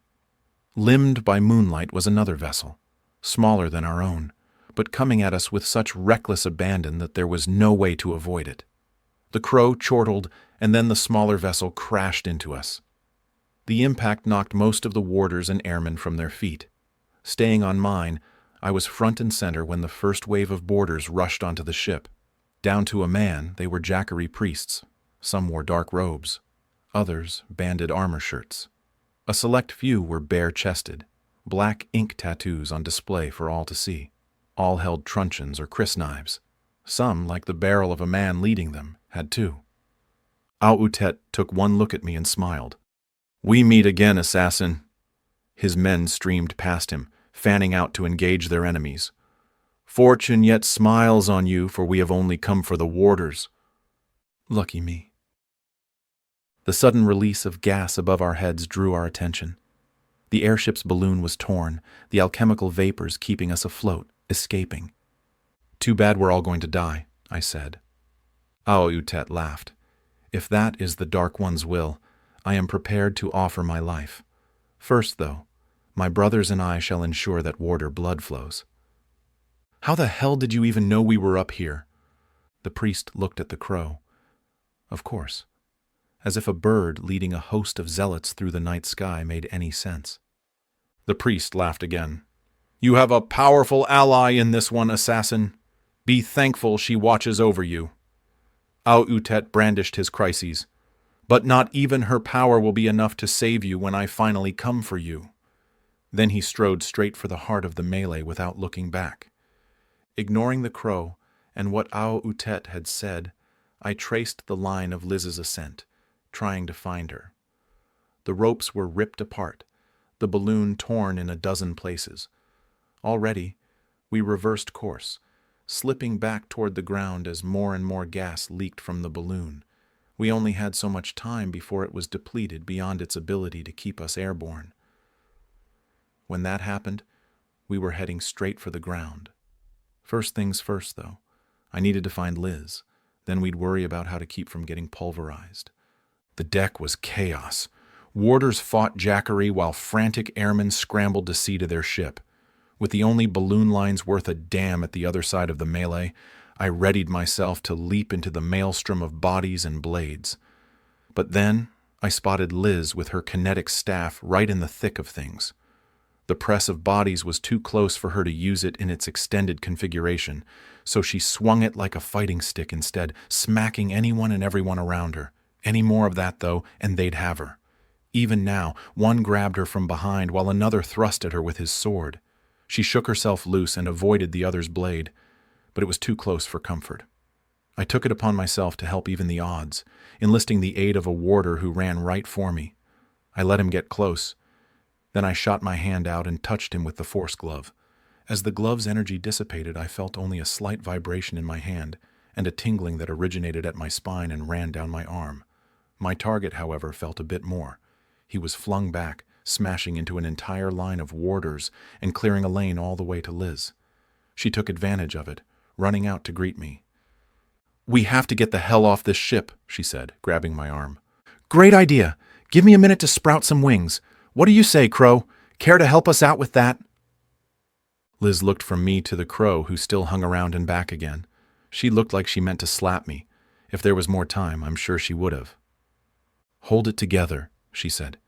"We're not done for yet. We have to get to the other airship."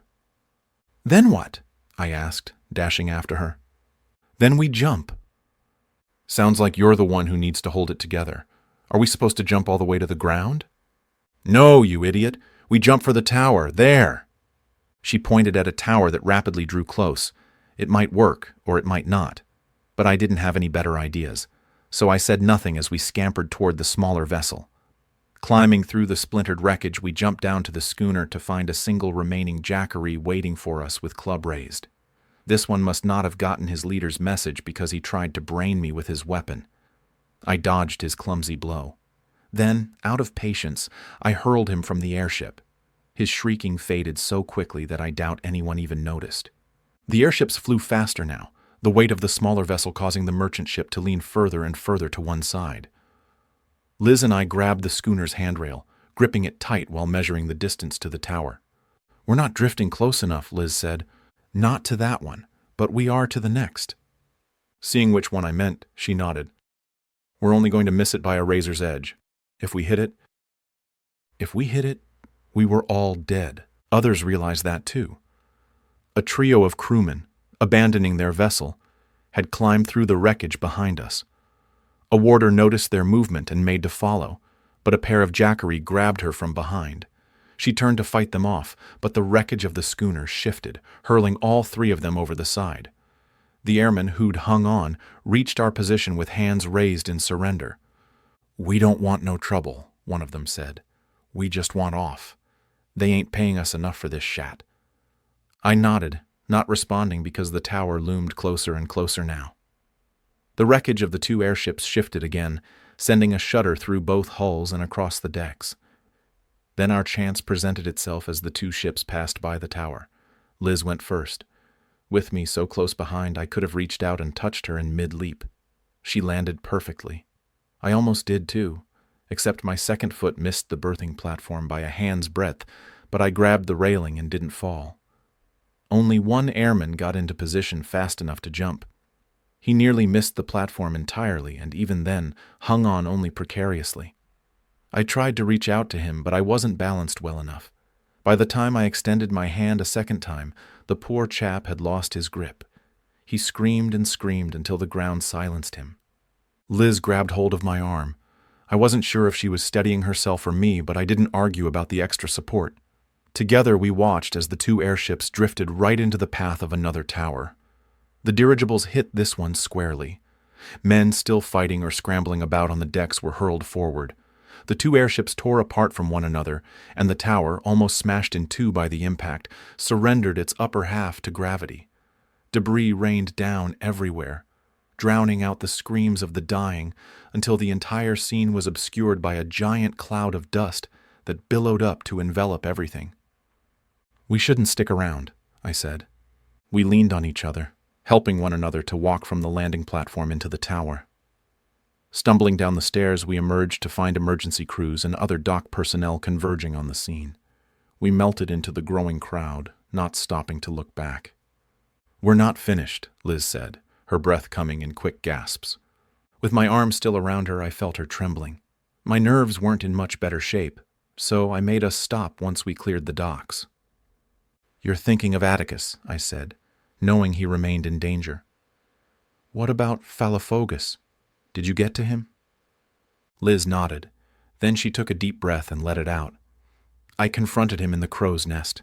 He was holding the moonstone over the pages of the book when I got there. Moonlight shining through the stone showed writing that wasn't there before. Phalafogus saw me, but he hardly said a word other than he kept repeating that we needed to go higher. Something about the strength of the moonlight revealing more of the text. That's why we were climbing so fast. When the airships collided, he fell. He's dead. The moonstone and most of the book went with him. The only thing I came away with is this." She removed a single ripped piece of parchment from a pocket. "The writing I saw isn't there now. It's back to the useless information about mountain goats." "How much of the moon writing did you see?" She shook her head. "Not here. Let's make sure Mr. Drake is still with us. After what we just went through, we need all the allies we can get." He'd given us his address, so despite our unsteady legs, we were there in no time. Sparse light lit the manor from within. Rather than attempt to sneak in, we took the direct approach and knocked on the front door. Atticus's driver, Samuel, greeted us with a poker held up, ready to strike. Once recognition set in, he lowered his weapon and, ushering us inside, led us to a second-story study where Atticus sat behind a desk, writing away.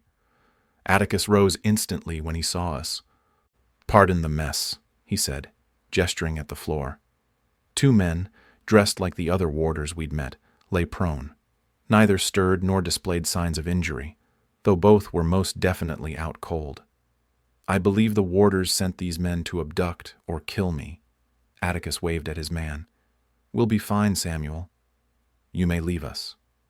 Samuel bowed, then left the room, closing the door behind him.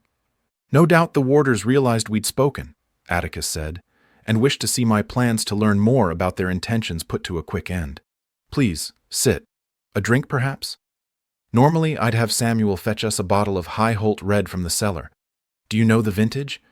It imbues the tongue with the most delightful flavor of oak and pepper. But judging from the looks on your faces, I think something stronger is in order. Brandy? He poured 3 glasses, which he set on a table between high-backed chairs. He pulled a third chair over for himself, so we settled in, sipping our liquor while waiting for someone to break the silence. Liz did so first. "The warders sent us after an artifact, a scepter, but they never wanted the scepter itself. They wanted the scepter's moonstone." She explained once more how the moon's light, shining through the stone, had revealed the hidden ink on the pages of the warder's book. She said nothing about the Imperator or his fall, only that the gem and all but a single page of the book were lost now. She showed the page to Atticus. "The moon writing is gone now, but I saw some of the words. They weren't in any language I've ever seen, but if you give me something to write on, maybe you can make some sense of the few I remember." Atticus sprang into action, returning with parchment and ink. "Meanwhile," Atticus said, "may I examine the page you recovered?" While he looked closely at the page, Liz made her best recollection of what she'd seen. Once she finished, Atticus put the page aside to review what she had written. More often than not, his head shook. "These are not letters per se, but symbols, a few of which I recognize from an early engineering codex." He tapped on the parchment. "This one means spiral density. This other, surge flux. I can say little about the others presently. Were there more?" Liz took a sip of her drink. Then she sat back and tried to remember. After a few moments, she shot up, grabbed ink and quill again, and attempted to write one more symbol. I say attempted because she started to draw what looked like an octagon, then stopped to examine it, decided something was missing, and tried to correct her mistake. "That's still not quite right," she said, "but it also had this inside of it." More writing, which she declared as slightly inaccurate as well, but as close as she could get before showing her creation to Atticus. Atticus looked at it with one hand on his chin. He tapped his cheek 3 times with his index finger before answering. "As you said, I do not think this is quite correct." He stood, walked to a shelf full of books, and after a few minutes, selected one whose binding was old and worn. Skipping through a few pages, he found the one he wanted, then flipped the book around for us to see. "Is this what you saw?" Liz studied it to make sure, then she nodded. That was definitely it. "What is it?" One of the book's pages had a drawing of 2 10-sided shapes, one inside the other. The outer one was circle-like, a decagon, and the other, the inner one, resembled a star, a decagram. "This is not an engineering symbol," Atticus said, "but a mythological one, though it has universal meaning even amongst technical circles. Engineers refer to it as a simplex didecagon, mythologists as Dracogonus, the crest of the dragon. Regardless of what one calls it, it has a simple enough meaning. Decimation." "As in annihilation?" I asked. "Precisely. Given that we know so little, I would not care to guess its meaning in the context of what we know." Atticus sat down again, his expression turning to one of contemplation as he held up the page Liz had saved from Phalaphogus's demise. "Perhaps the information hidden here will aid in our enlightenment." "You think you can make the symbols visible again without the moonstone?" Atticus nodded. "I believe so. Elizabeth, in my carriage, you told me the keeper had examined the book and discovered only a treatise on the goats of Whitehorn Mountain, correct?" "Yes, that's right," she said. Such content was obviously a facade, but also a clue. I believe the author of the book, Acilial, did indeed write it while encamped at elevation on that very mountain, and he used a unique form of ink to do it. Allow me to explain further, starting with the ink itself, which I believe was not moon ink, but something much more complex. Ordinary moon ink requires only the moon's light to reveal its secrets, But in boarding that airship and rising to such elevation, I believe the warders attempted to replicate additional conditions beyond simple moonlight. In fact, it wasn't direct moonlight they were interested in at all, but refracted moonlight precipitated by shining the moon's light through the scepter's gemstone. Mixing inks of this nature requires a variety of pigments, alchemicals, and, most important, energy. But other environmental factors, such as temperature, pressure, and humidity, also come into play. Words written in these special types of ink are only revealed under the same conditions as when quill was put to parchment. In short, the warders were trying, with success, I might add, to replicate the conditions under which the book was authored those many hundreds of years ago on Whitehorn Mountain. Atticus cleared his throat. Of course, without the moonstone in our possession, repeating such an endeavor is impossible. However, with some effort, I think I can formulate an alchemical solution that will reveal this ink's secrets. Even with that task accomplished, we will still need to know more. More about the unknown symbols Elizabeth has shared with us, and whatever new ones we reveal. More, much more, I should say, about the warders as well. Whatever their purpose after seeing these few symbols and given what we know of their desire for the schematic, I fear it can mean nothing good. Liz stood. I agree. That's why I want to volunteer to help you. I worked for the warders. I know the kinds of things they're after and maybe even a little of how they think. You do the research. I'll do the field work. Atticus stood as well. He extended a hand, which Liz took. I think we stand in this together. I downed the last of my brandy. Count me in as well. Not full-time, mind you, but you'll have my help when needed. Atticus nodded. We welcome it. Samuel returned to show us to the door. We said our farewells, intending to meet up again as soon as Atticus had deciphered more symbols. I presumed they meant to deal with the pair of unconscious, or dead, warders on their own. Outside, Liz and I strolled down the street. Sunrise remained hours away. I hadn't planned on being out so late, I said, yawning. Don't tell me you're tired already, she said, stifling a yawn of her own. This night hasn't been half as exhausting as some of the ones we used to spend together. I laughed, putting my arm around her. She didn't object. We walked closely, each lost in our thoughts, though I was confident we mused over similar subjects. Events were in motion now. The Jackery, the warders, and even the progressive society all had a part to play, with no way of telling who would come out on top. Hell, there was no way to know if anyone was going to come out on top. In a game like this, there might be only losers and no winners. Liz, always the idealist, might not realize this. She meant well, as did Atticus. They both wanted to keep their city safe. But I didn't think either of them realized the sacrifice necessary to stop men like Onias, Autet, and whoever remained to oppose us from the warders. There was Gwendolyn Goddard, too, who had killed her own brother. These were not nice people. But then, neither was I. Many years ago, I'd made a vow to protect my sister. I made that same one now, only this time I meant to watch over Liz.